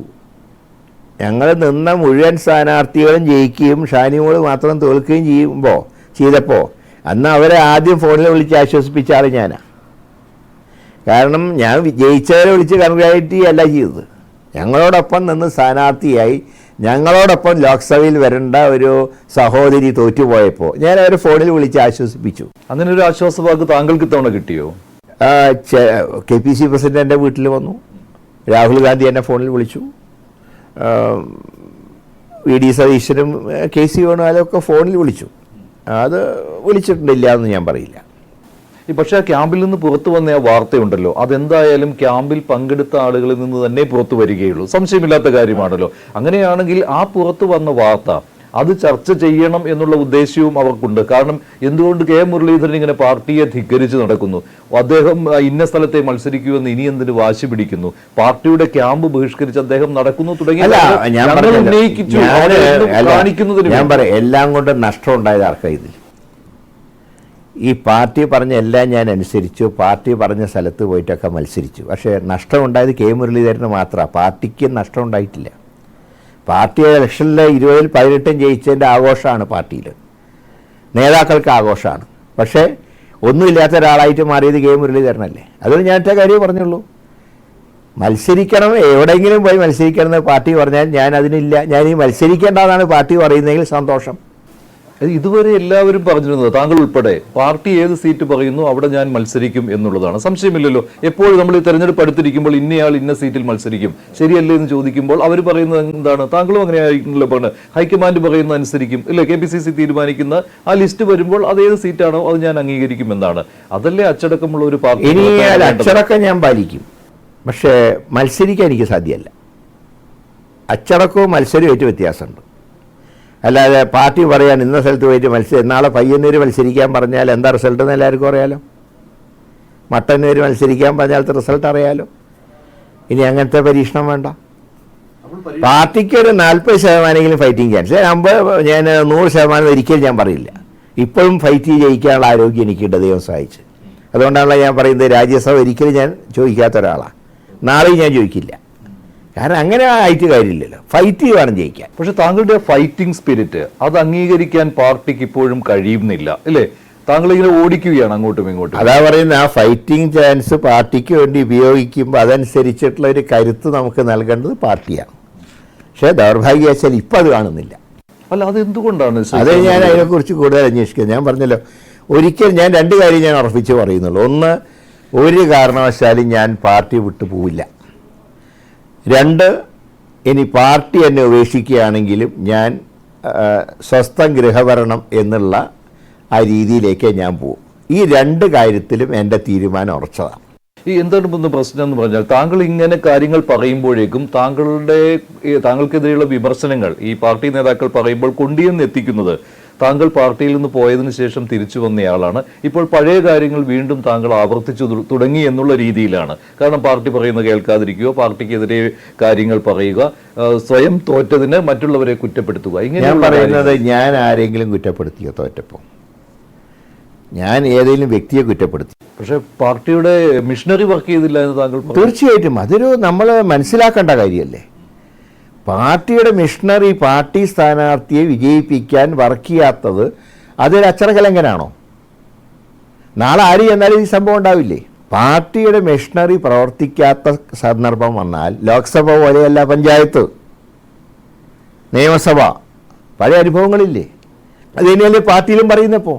പക്ഷെ ഞാൻ പറയട്ടെ, അങ്ങനെയാണെങ്കിൽ ഇത്തരത്തിലുള്ള ക്യാമ്പുകളിൽ പങ്കെടുത്ത് താങ്കളെ പോലെയുള്ള ഒരു ഫൈറ്റിംഗ് സ്പിരിറ്റ് ഉള്ള നേതാവ് ഇത് തുറന്നു പറയണം. അതല്ലാതെ മാറി നിൽക്കുക, ജനങ്ങൾ പോലും അത് ചോദിക്കും. ഞാൻ പറഞ്ഞ ഒറ്റ കാര്യമേ ഉള്ളൂ, ഞാൻ ഈ ക്യാമ്പിൽ വന്ന് വിമർശിക്കാനോ ഒന്നും ഞാൻ ഒരു കൊല്ലത്തേക്ക് എവിടെയില്ല. അതേസമയത്ത് പഞ്ചായത്ത് ഇലക്ഷൻ വരുമ്പോൾ ഞാൻ സജീവമായിട്ടുണ്ടാകും. പ്രിയങ്ക ഗാന്ധി മത്സരിക്കുമ്പോൾ ഞാൻ വയനാട്ടിലുണ്ടാവും. ഒരു കോൺഗ്രസ്സുകാരൻ എന്നാണ് എനിക്ക് ഇത്രയേ ചെയ്യാൻ കഴിയുള്ളൂ. പക്ഷേ താങ്കൾ വട്ടിയൂർക്കാവിൽ കോൺസെൻട്രേറ്റ് ചെയ്യുന്നുണ്ട്. അതെൻ്റെ പഴയ നിയോജകമണ്ഡലമാണ്. കോൺസെൻട്രേറ്റ് ചെയ്യാൻ കാരണം മറ്റൊന്നുമല്ല, ഞാൻ കാരണം അവിടെ ഒരു നാഥനില്ലാത്ത അവസ്ഥയുണ്ടായി. കാരണം ഞാൻ പോയതിന് ശേഷം ഒരു ഇലക്ഷൻ അവിടെ പാർട്ടി ജയിച്ചിട്ടില്ല. അതുകൊണ്ട് എൻ്റെ ദൗത്യം ഞാനവിടെ മത്സരിക്കുക എന്നുള്ളതല്ല. അടുത്ത കോർപ്പറേഷൻ ഇലക്ഷനിൽ ഇവിടെ BJPക്ക് 62 സീറ്റുകളിൽ ലീഡ് കിട്ടിയിട്ടുണ്ട് ഈ കോർപ്പറേഷനിൽ. അതിൽ വട്ടിയൂർക്കാവിൽ ഏതാണ്ട് 8000 വോട്ടാണ് പാർലമെൻറ്റിൽ അസംബ്ലിയിൽ ലീഡ് കിട്ടിയത്. അപ്പോൾ അവിടെ കോൺഗ്രസിനെ തിരിച്ചു കൊണ്ടുവരിക, ആ വർക്കാണ് ഞാനിപ്പോൾ ഏറ്റെടുത്തിട്ടുള്ളത്. പക്ഷേ പാർട്ടി താങ്കളെ അങ്ങനെ ഒരു വർക്ക് ഏൽപ്പിച്ചിട്ടില്ല. അതെനിക്ക് സ്വയം ചെയ്യേണ്ടതാണ് ഞാൻ. കാരണം എന്നെ വിശ്വസിച്ച ഒരു ജനത, എന്നെ 5 കൊല്ലത്തേക്ക് തിരഞ്ഞെടുത്തൊരു ജനത, അവരോട് 3 വർഷം കഴിഞ്ഞപ്പോൾ പാർട്ടി പറഞ്ഞതിൻ്റെ പേരിൽ അവരെ ഉപേക്ഷിച്ച് പോകേണ്ടി വന്നു. ഞാൻ 2 വർഷം ഒരു സ്ഥാനവും ഇല്ലാതെ ആ നിയോജകമണ്ഡലത്തിലെ ജനങ്ങൾക്ക് വേണ്ടി സേവനം നടത്തുന്നു. അത് ഞാനും ആ വട്ടിയൂർക്കാവിലെ ജനങ്ങളാവുന്ന കുടുംബമായിട്ടുള്ള ബന്ധമാണ്. അതിനെനിക്ക് പാർട്ടിയുടെ ഒരു ഓതറൈസേഷൻ്റെ ആവശ്യമില്ല. കാരണം എനിക്ക് പാർട്ടിക്കാരെന്നുള്ള എനിക്ക് എൻ്റെ പാർട്ടിക്ക് വേണ്ടിയിട്ടല്ലേ ഞാൻ പ്രവർത്തിക്കുന്നത്. പക്ഷേ അത് 2026 താങ്കൾ ലക്ഷ്യമിടുന്നു. അതുകൊണ്ട് തന്നെയാണല്ലോ വട്ടിയൂർക്കാവിൽ സ്ഥാനാർത്ഥിയാകാൻ താങ്കൾ ഇപ്പോഴേ തീരുമാനിച്ചു കഴിഞ്ഞു. ഞാൻ അല്ലല്ല തീരുമാനിക്കേണ്ടത്, അതൊക്കെ പാർട്ടിയെ തീരുമാനമെടുക്കണം. അപ്പോൾ പാർട്ടി പറഞ്ഞാൽ അനുസരിക്കുമെന്നും താങ്കൾ പറയുന്നു. വട്ടിയൂർക്കാവിൽ ഞാൻ മത്സരിക്കണോ വേണ്ടയോ എന്ന് ഞാൻ സ്വയം തീരുമാനിച്ചാൽ പോരാ, അത് പാർട്ടിയാണ് തീരുമാനിക്കേണ്ടത്. പക്ഷെ ആ ഘട്ടത്തിലേക്ക് ഇപ്പോഴെത്തിയിട്ടില്ല. ഇപ്പോൾ എൻ്റെ ചുമതല എന്താ? ഇപ്പോൾ ചുമതല അതിന് തക്കവണ്ണം അവിടെ ആ കോൺസ്റ്റിറ്റ്യുവൻസി പാകപ്പെടുത്തി എടുക്കണ്ടേ. നാളെ ഒരു കോൺഗ്രസ് കാൻഡിഡേറ്റ് ഞാനല്ല മറ്റൊരാൾ വരികയാണ്. ഇനി LDF ആയിരിക്കില്ല അവിടെ മത്സരം, UDFും BJP ആയിട്ടായിരിക്കും. അപ്പോൾ അവിടെ പാർട്ടിയിലൊന്ന് എന്താ പറയേണ്ടതെന്ന് സ്ട്രോങ് ആക്കേണ്ട ചുമതല എനിക്കുണ്ട്. ആ വർക്ക് ഞാൻ ചെയ്യുന്നു. അപ്പോൾ പക്ഷേ വട്ടിയൂർക്കാവ് അല്ലാതെ മറ്റൊരു മണ്ഡലത്തിൽ താങ്കളെ പരിഗണിക്കുകയാണെങ്കിൽ താങ്കൾ മത്സരിക്കില്ല. ഞാനിപ്പോൾ അതിനെക്കുറിച്ച് പറയുന്നില്ല. ഞാൻ പറയുന്നത് എവിടെയെങ്കിലും പോയി മത്സരിക്കുന്ന ഏർപ്പാട് ഇനിയില്ല. മറ്റു കാര്യങ്ങൾ പിന്നെ നമുക്ക് ആലോചിക്കാം. മഞ്ജുഷ് ഗോപാലുമായാണ് കെ മുരളീധരൻ സംസാരിച്ചത്. വട്ടിയൂർക്കാവിൽ മത്സരിക്കാനുള്ള, അവിടെ ശ്രദ്ധ കേന്ദ്രീകരിച്ചുള്ള തൻ്റെ ആഗ്രഹങ്ങൾ അദ്ദേഹം അഭിമുഖത്തിൽ നിരസിക്കുന്നില്ല. വട്ടിയൂർക്കാവ് കേന്ദ്രീകരിച്ച് പ്രവർത്തനം തുടരും അടുത്ത 2 വർഷം എന്നുള്ള കൃത്യമായ സൂചനയും മുരളീധരൻ നൽകുന്നുണ്ട്. നമുക്ക് ഷിരൂരിലേക്ക് ഒന്ന് പോകണം. അവിടെ തിരച്ചിൽ ആരംഭിച്ചു എന്നാണ് മനസ്സിലാക്കേണ്ടത്. അർജുനായുള്ള ഇന്ന് 9ാം ദിവസമാണ്. നേരത്തെ പറഞ്ഞതുപോലെ ഈ തിരച്ചിലിൻ്റെ 9ാം ദിവസമാണ്. ഇന്ന് കൂടുതൽ ഉപകരണങ്ങൾ എത്തിച്ചുകൊണ്ടുള്ള തിരച്ചിലാണ് നടത്തുന്നത് എന്നാണ് മനസ്സിലാക്കേണ്ടത്. ദൃശ്യങ്ങളൊക്കെയാണ് ഈ പ്രേക്ഷകർ കാണുന്നത്. ഒരുപാട് നിരവധി ദൃശ്യങ്ങളുണ്ട്. നമ്മൾ നേരത്തെ ഇന്നലെയൊക്കെ പുറത്തുവിട്ട ശക്തമായ മണ്ണിടിച്ചിലിൻ്റെ ദൃശ്യങ്ങളടക്കം ജില്ലാ ഭരണകൂടം ശേഖരിച്ചിരുന്നു. കാണുന്നതാണ് മണ്ണിടിഞ്ഞു വീണ സ്ഥലം. ഇനിയും അത്തരം അപകടങ്ങൾ ഉണ്ടാകാനുള്ള സാധ്യതകൾ കൂടി ബാക്കി വെച്ചാണ് ഈ മണ്ണിടിച്ചിൽ മാറുന്നത് എന്നുകൂടി നമ്മൾ ചേർത്ത് വെക്കണം. KV ബൈജു അവിടെ തുടരുന്നുണ്ട് എന്നാണ് മനസ്സിലാകുന്നത്. ബൈജു, തിരച്ചിൽ ആരംഭിച്ചു കഴിഞ്ഞോ? എന്തെങ്കിലും തരത്തിലുള്ള വിവരങ്ങൾ ആ പ്രദേശത്ത് നിന്ന് കിട്ടുന്നുണ്ടോ? ഇന്നലെയൊക്കെ സന്നദ്ധ പ്രവർത്തകരെയും മലയാളികളെ ആയ സന്നദ്ധ പ്രവർത്തകരെ, മാധ്യമങ്ങളെ ഒന്നും അങ്ങോട്ടേക്ക് കടത്തിവിടാത്ത അവസ്ഥയായിരുന്നു. ഇന്നെന്തെങ്കിലും മാറ്റമുണ്ടോ? ഒപ്പം കാലാവസ്ഥ എങ്ങനെയുണ്ട്?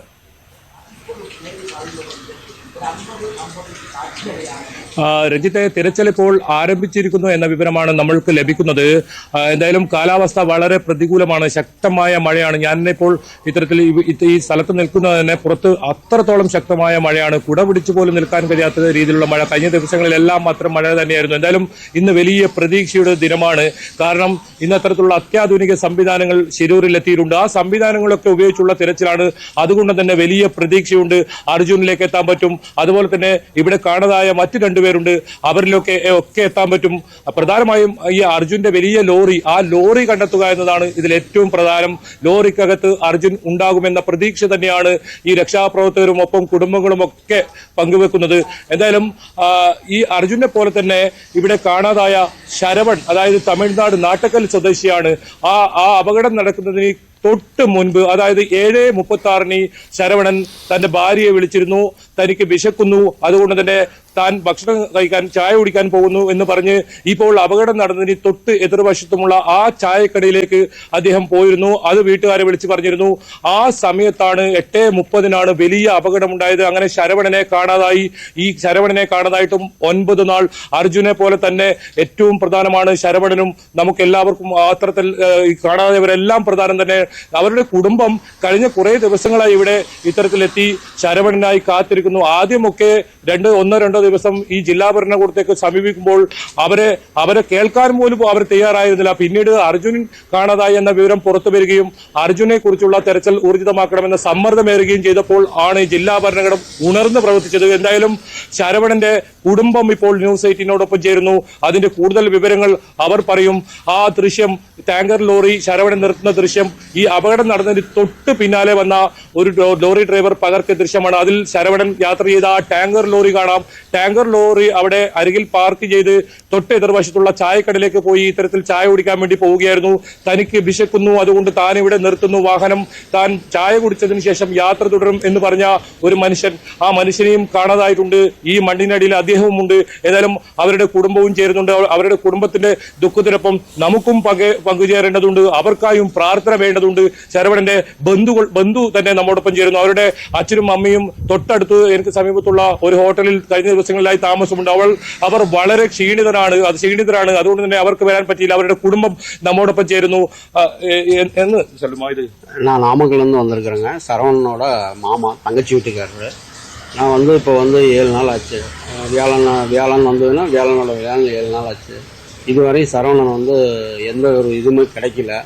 அவங்க அம்மா இப்போ டிஎன்ஐ பண்ணணும்னு அவங்க அம்மா வந்தாங்க. அவங்க அம்மா டிஎன்ஐ எடுத்து, அவங்க வயசானவங்க, அவங்கள அனுப்பிச்சி விட்டாச்சு. அவங்க ஒய்ஃபு வீட்டில் இருக்கிறாங்க. அவர் மேங்களூர் டு தார்வாடு டேங்க் வண்டி, கேஸ் வண்டி ஓட்டிகிட்ருக்கிறாரு. அங்கேருந்து அன்லோட் பண்ணி காலையில், செவ்வாய்க்கிழமை காலையில் மணி ஒரு 7:36 அவங்க வீட்டில் அவங்க ஒய்ஃபுக்கிட்ட ஃபோன் பேசியிருக்காங்க. ஃபோன் பேசி இந்த மாதிரி நான் இந்த கடையில் சாயை குடிக்க இங்கே நிப்பாட்டியிருக்கிறேன், நான் சாயை குடிக்க போகிறேன் அப்படின்னு. சரி, சாயை குடிச்சிட்டு வாங்க, வந்துட்டு அப்புறம் கூப்பிடுங்க அப்படின்னு சொல்லி சரி அப்படின்ட்டு. அதுக்கப்புறம் அவரும் ஃபோன் பண்ணல. அவங்க வீட்டில் இருந்து ஃபோன் பண்ணியிருக்காங்க. ஃபோன் சுவிட்ச் ஆஃபில் ஆயிடுச்சு.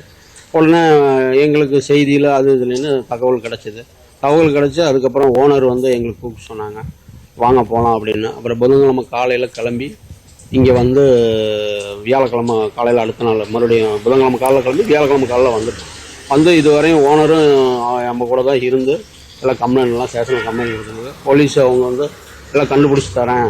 கலெக்டர் அவங்க தமிழ்நாடு மேடம் தான் இருக்கிறாங்க. கலெக்டர் நல்லவங்க தான். எஸ்பியும் அவரும் பேசினார், உங்களுக்காக நாங்கள் ஹெல்ப் பண்ணி தரோம்.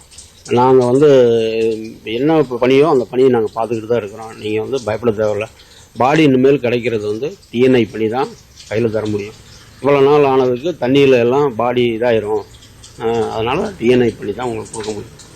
சரவணன் எவ்வளோ நாள் ஆயிடுச்சு இது லாரி டிரைவர் ஆகி? சரவணன் இப்போ 12 வருஷம் இருக்கும். ஒரு 10-12 வருஷம் ஆயிடுச்சு. அவர் இங்கே தான் கேரளா, தமிழ்நாடு ஜாஸ்தி இல்லை, கேரளா கர்நாடகா தான் ஜாஸ்தி அவர் டிரைவிங் அதிகம். எல்பிஜி டேங்கரில் தான் அவர் ஓடிட்டுருக்கிறாரு. இதுவரையும் அவர் அதில் தான் ஓடிட்டுருக்கிறார். மற்றபடி எதுவும் வந்து கவர்மெண்ட் தான் எனக்கு சப்போர்ட் பண்ணணும். இந்த அர்ஜுனை எப்படி வந்து தீவிரமாக தேடி கண்டுபிடிக்கிறாங்களோ அதுபோல் என்னோட மச்சனை தேடி இந்த கவர்மெண்ட்டு கண்டுபிடிச்சி தரணும். எனக்கு வேறு எதுவும் பேசுகிறதுக்கு ஒன்றும் தெரியல. எனக்கு கன்னடம் தெரியாது, ஹிந்தி மட்டும் பேசுவேன். வேறு யார்கிட்டையும் போய் பேசி யார்கிட்டையும் என்ன கேட்குறதுன்னு எனக்கு ஒன்றும் புரியல. கலெக்டர் மேடமும் எஸ்பி சாரும் பேசிக்கிட்டு தான் இருக்கிறாங்க, சப்போர்ட் பண்ணுறாங்க. இல்லைன்னு சொல்லி இன்னும் கொஞ்சம் தீவிரமாக எனக்கு ஹெல்ப் பண்ணி கொடுக்கணும். இதுதான் நான் என்னோட வேண்டுகோள். கேரளா கவர்மெண்ட்டு எப்படி வந்து நம்ம அர்ஜுனுக்கு சப்போர்ட் பண்ணுதோ அதுபோல் எங்களுக்கும் சப்போர்ட் பண்ணி கொடுக்கணும். இதுதான். நன்றி, வணக்கம். மனைவி கிட்ட அவசரமா பேசும்போது என்ன பேசுறதுக்கு என்ன பேசுனது ஒன்றும் தெரியல, எனக்கு தெரியல. அவங்க நான் அதை பசிக்கிறது நான் சாப்பிட போகிறேன், நான் டீ குடிக்கணும், நான் டைம் அது 7:36. அது அவங்க அந்த ஸ்க்ரீன்ஷாட்டில் அந்த இது வீடியோ கால் பண்ணுறதா? வீடியோ கால் இல்லை, ஃபோன் கால் தான். வீடியோ காலில் அந்த ஹிஸ்ட்ரி அந்த டைமு காமிச்சாங்க. அவங்க இந்த டைமில் பாருங்கள் ஃபோன் பண்ணியிருக்காங்க அப்படின்னு என்கிட்ட காமிச்சாங்க. அதை வச்சு தான் எனக்கு தெரியும். இல்லைன்னா நான் மட்டும் அவரு கூட அவங்க ஒய்ஃபு ஃபேமிலி பேசிகிட்டு இருக்கிறது இந்த ஒரு விஷயத்தை வச்சு தான் எனக்கு வந்து தெரியும். இங்கே தமிழ்நாட்டில் எங்கே எவ்வளோ சப்போர்ட் இருக்கு அங்கே தமிழ்நாட்டில்? அவங்க ஊரில் வந்து எல்லாமே வந்து சப்போர்ட் பண்ணுறாங்க. அவங்க எம்எல்ஏ எம்பி எல்லாத்தையும் பார்த்துருக்குறாங்க. எல்லாம் இங்கே நாமக்கல் கலெக்டர் ஆஃபீஸில் வந்து கொஞ்சம் கூப்பிட்டு அவங்க இங்கே ப்ரெஷர் கொடுத்து அவங்க ஹெல்ப் பண்ணிட்டு இருக்கிறாங்க. யாராவது வந்தாச்சா இங்கே தமிழ்நாடுல? இல்லை, யாரும் வரலைங்க இதுவரை. யாரும் வேற இல்லை, யாரும் தேடுதும் இல்லை. யாரும் தேடுறது அவங்க கரெக்டாக வந்து இன்ஃபர்மேஷன் வந்து கொடுத்துக்கிட்டு தான் இருக்கிறாங்க, வீட்டுக்கு கொடுத்துக்கிட்டு தான் இருக்கிறாங்க. கலெக்டர் ஆஃபீஸில் இருந்து வீட்டில் இன்ஃபர்மேஷன் கொடுத்துக்கிட்டு தான் இருக்கிறாங்க. லாஸ்ட்டாக இப்போ என்ன சொல்லணும்? லாஸ்ட்டாக என்ன சொல்லியிருக்காங்க, பேசிக்கிட்டு தான் இருக்குது, நாங்கள் வந்து தொலைகிட்டு தான் இருக்கிறோம், அதுக்கு டீம் வருது, அந்தந்த டீமை வச்சு நாங்கள் இப்போ பண்ணிட்டு தான் இருக்கிறோம், ஏற்பாடு பண்ணிட்டு தான் இருக்கிறோம். இது வந்து ரிசீவ் ஆகிறது வந்து கொஞ்சம் வெயிட் பண்ணி தான் பார்க்கணும். ஏன்னா வந்து ஒன்றும் மண்ணுக்குள்ளே தண்ணிக்குள்ளே உள்ளே போய் மண்ணுக்குள்ளே சொருகிட்டாரா, இல்லை வேறு எங்கேயும் ஏதாச்சும் மரம் செடி கொடியில் ஏதாச்சும் இருக்குதா என்னென்னு தொலைகிட்டு தான் இருக்கிறோம். நாங்கள் உங்களுக்கு கண்டிப்பாக ஹெல்ப் பண்ணுறோம் அப்படின்னு எங்களுக்கு. அர்ஜுனை குறித்து உங்களுக்கு புரியுமா? இந்த நியூஸ் எல்லாம் புரியல. அர்ஜுனை குறித்து உங்களுக்கு புரியுமா? அர்ஜுனை பற்றி எனக்கு தெரியாது, எனக்கு அவங்க தெரியாது. அவங்க வந்து காசன்கோடுன்னு நான் இந்த காரு போலீஸ் கார் வந்ததுக்கப்புறம் தான் காசன்கோடுக்காரர் இருக்குது அர்ஜுனா அப்படின்னு அதுக்கப்புறம் தான் எனக்கு தெரியும். லோரி அங்கே இருக்கு, அந்த ஸ்போர்ட்ல தானே இருக்கு. ராரி வந்து அடிச்சு மண் வந்து அடிச்சு ஸ்ட்ரைட்டா நின்ன வண்டி எல் போட்டு திரும்பிடுச்சு. மற்ற ராரிக்கு கீழே வந்து அந்த பம்பர் மாத்திரம் போய் அது கிளியர் பண்ணி வண்டி ஓனர் டேக் ஓவர் பண்ணிட்டாங்க. சாயக்கடை எல்லாம் இப்போ போயிடுச்சு, அந்த இடத்துல போயிடுச்சு. அந்த இடத்துக்கு நான் போய் எல்லாம் பார்த்தாச்சு. அவர் எஸ்பி சார் சப்போர்ட் பண்ணாரு. சார் நான் அந்த ஸ்பாட்டுக்கு என்னை கூட்டிகிட்டு போங்க சார், நான் பார்க்கணும், எனக்கு ஒன்றுமே புரியல அப்படின்னு. அவர் ஒன்று எஸ்பி சார் கூப்பிட்டு சொல்லி எல்லாம் அவங்க எனக்கு ஹெல்ப் பண்ணி ஸ்பாட்டில் என்னை கூட்டிக் கொண்டே காமிச்சாங்க. കവലപ്പെടാതെ. ഓക്കെ, അതാണ് മഞ്ജുഷ്, നമുക്ക് അർജുനു വേണ്ടി എത്രത്തോളം പ്രാർത്ഥനകൾ നമുക്ക് ചെയ്യാൻ പറ്റുമോ അതുപോലെ തന്നെ ഇവിടെ കാണാതായ ഓരോരുത്തർക്കും വേണ്ടി പ്രാർത്ഥനകൾ ഉണ്ടാകണമെന്നാണ് അവർ പറയുന്നത്. ആ കുടുംബത്തിന്റെ ദയനീയാവസ്ഥ നമ്മൾക്ക് അവരുടെ വാക്കുകളിൽ നിന്ന് തന്നെ വ്യക്തമാണ്.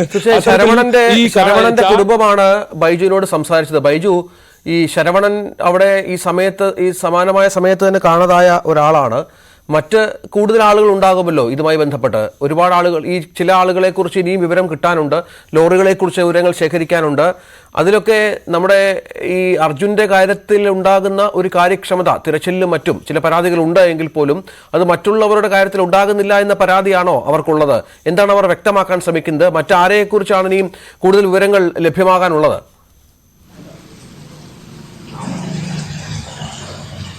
മഞ്ജുഷേ, അവർക്ക് വലിയ പ്രതീക്ഷയായിരുന്നു, അവർക്ക് ഈ നിസ്സഹായ അവസ്ഥയായിരുന്നു. അവർക്ക് ഏറ്റവും വലിയ പ്രതീക്ഷ ഇപ്പോൾ അർജുനന് വേണ്ടി നടത്തുന്ന ഈ തെരച്ചിലിൽ തന്നെയാണ്.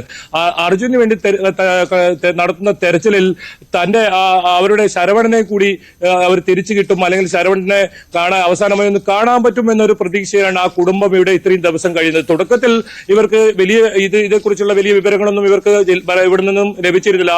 പക്ഷേ അത് വലിയ സമ്മർദ്ദമായി വേണ്ടി അർജുനു വേണ്ടി ഇത്തരത്തിൽ വലിയ തോതിലുള്ള ഊർജിതമായ തെരച്ചിലൊക്കെ നടത്തുന്നത് അത് അവർക്ക് വലിയ ആശ്വാസം പകരുന്നുണ്ട്. അവർക്ക് ഇപ്പോഴുള്ള ഒരു അപേക്ഷ ശരവണന് കൂടി ഒന്ന് ഇതേ രീതിയിൽ ഊർജിതമായ അന്വേഷണത്തിൽ തന്നെ അവർക്ക് തിരിച്ചു വേണമെന്നാണ്.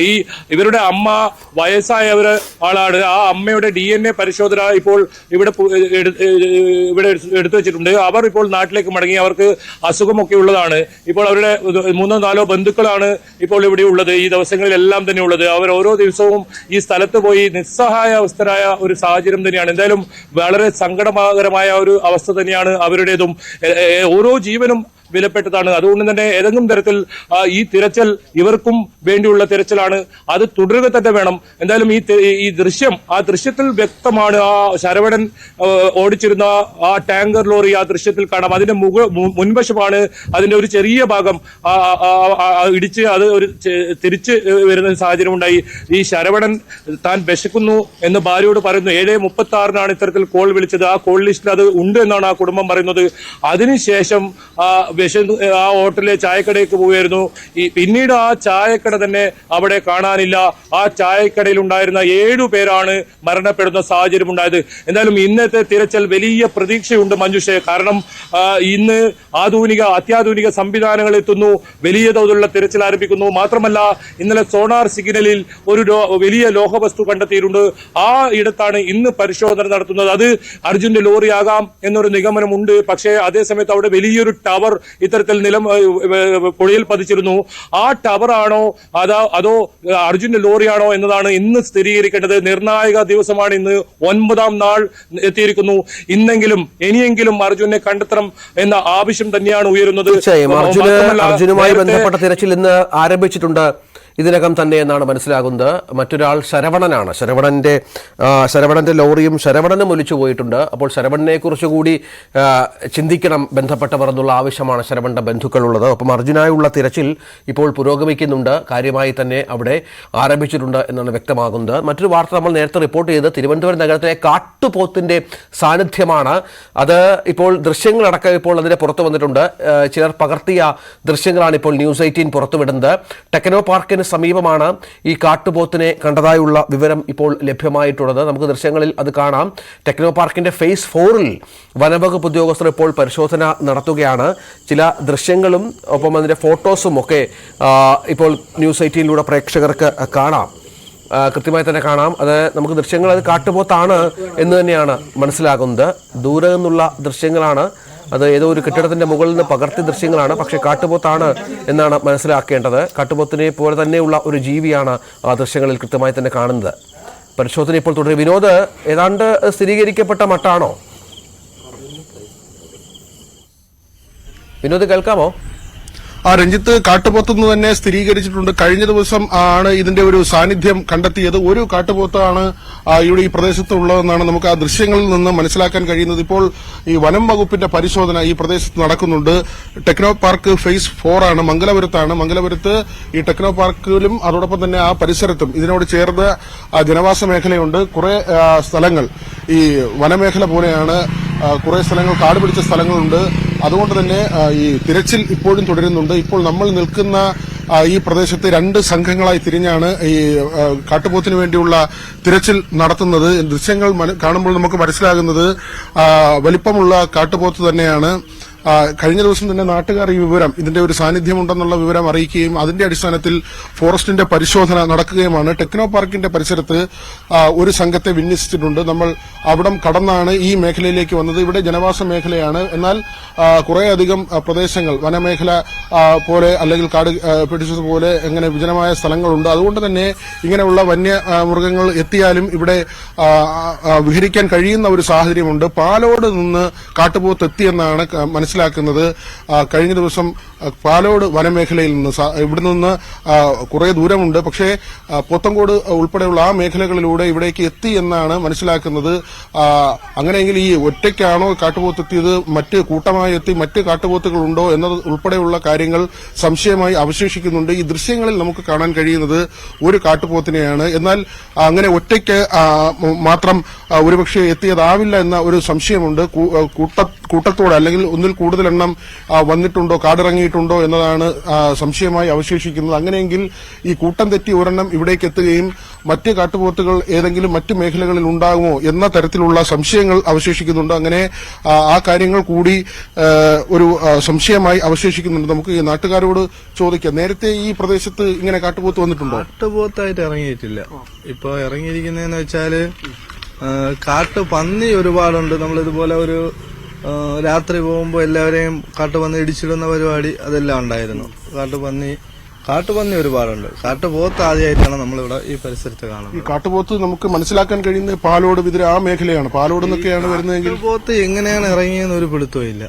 പക്ഷെ കാട്ടുപന്നി ഇഷ്ടം പോലെ ഉണ്ട്. കാര്യം ഒരുപാട് രാത്രിയൊന്നും പുറത്തിറങ്ങാനേ പറ്റത്തില്ല. കാര്യം എല്ലാം ഇല്ലാതാക്കാം, റോഡിൽ പോകുന്നവരെ ഇടിച്ചിടക്കം. ഇവിടെ ഒരു പയ്യനെ രാത്രി കല്യാണം ഒരാഴ്ച ഉള്ളായിരുന്നു. അതിനു മുമ്പുള്ള ഒരു പയ്യനെ അവരെ കാട്ടുപന്നി ഇടിച്ചിട്ട് വളരെ അത്യാസന നിലയിൽ കിടന്നതാണ്. ഈ കാട്ടുപോത്തിനെ കണ്ടതായിട്ട് അതിന്റെ വീഡിയോ ഇറങ്ങിയല്ലോ. കാട്ടുപോത്ത് ഇറങ്ങിയതിന്റെ വീഡിയോ മൊത്തത്തിൽ ഇറങ്ങിയിട്ടുണ്ട്. ഭയപ്പാടുണ്ടോ ആ കുട്ടികൾക്ക് പുറത്തിറങ്ങുമ്പോ? ഇപ്പോ രാത്രി പോകുന്നവര് മാത്രം ശ്രദ്ധിച്ചാൽ മതി. കാര്യം ഈ പകല് വലുതായിട്ട് കാട്ടുപോത്ത് എന്തായാലും നാട്ടിലിറങ്ങത്തില്ല. ഈ രാത്രി പോകുന്നവര് ശ്രദ്ധിച്ചു പോകണം. കാര്യം അത്രയാണ് ഇത്തരത്തിൽ കാട്ടുപോത്തിനെ കണ്ടത്. ടെക്നോ പാർക്കിന്റെ ഫേസ് 4 സമീപമാണ്. ദൃശ്യങ്ങളിൽ നമുക്കത് വളരെ വ്യക്തമാണ്. നാട്ടുകാരുടെ പ്രതികരണമടക്കം തേടുകയാണ് വി വിനോദ്. നമുക്ക് തൽക്കാലം മോർണിംഗ് വൈബ്സ് പൂർണ്ണമാവുകയാണ്. വാർത്തകളിൽ തന്നെ തുടരും. അർജുന്റെ തിരച്ചിലുമായി ബന്ധപ്പെട്ട വിശദാംശങ്ങൾ ഉണ്ടാകും. കൂടുതലായി തിരച്ചിൽ ഇപ്പോൾ ആരംഭിച്ചിട്ടുണ്ട്. ഇന്ന് നിർണായകമായ ഒരു ദിവസം കൂടിയാണ്. നമസ്കാരം.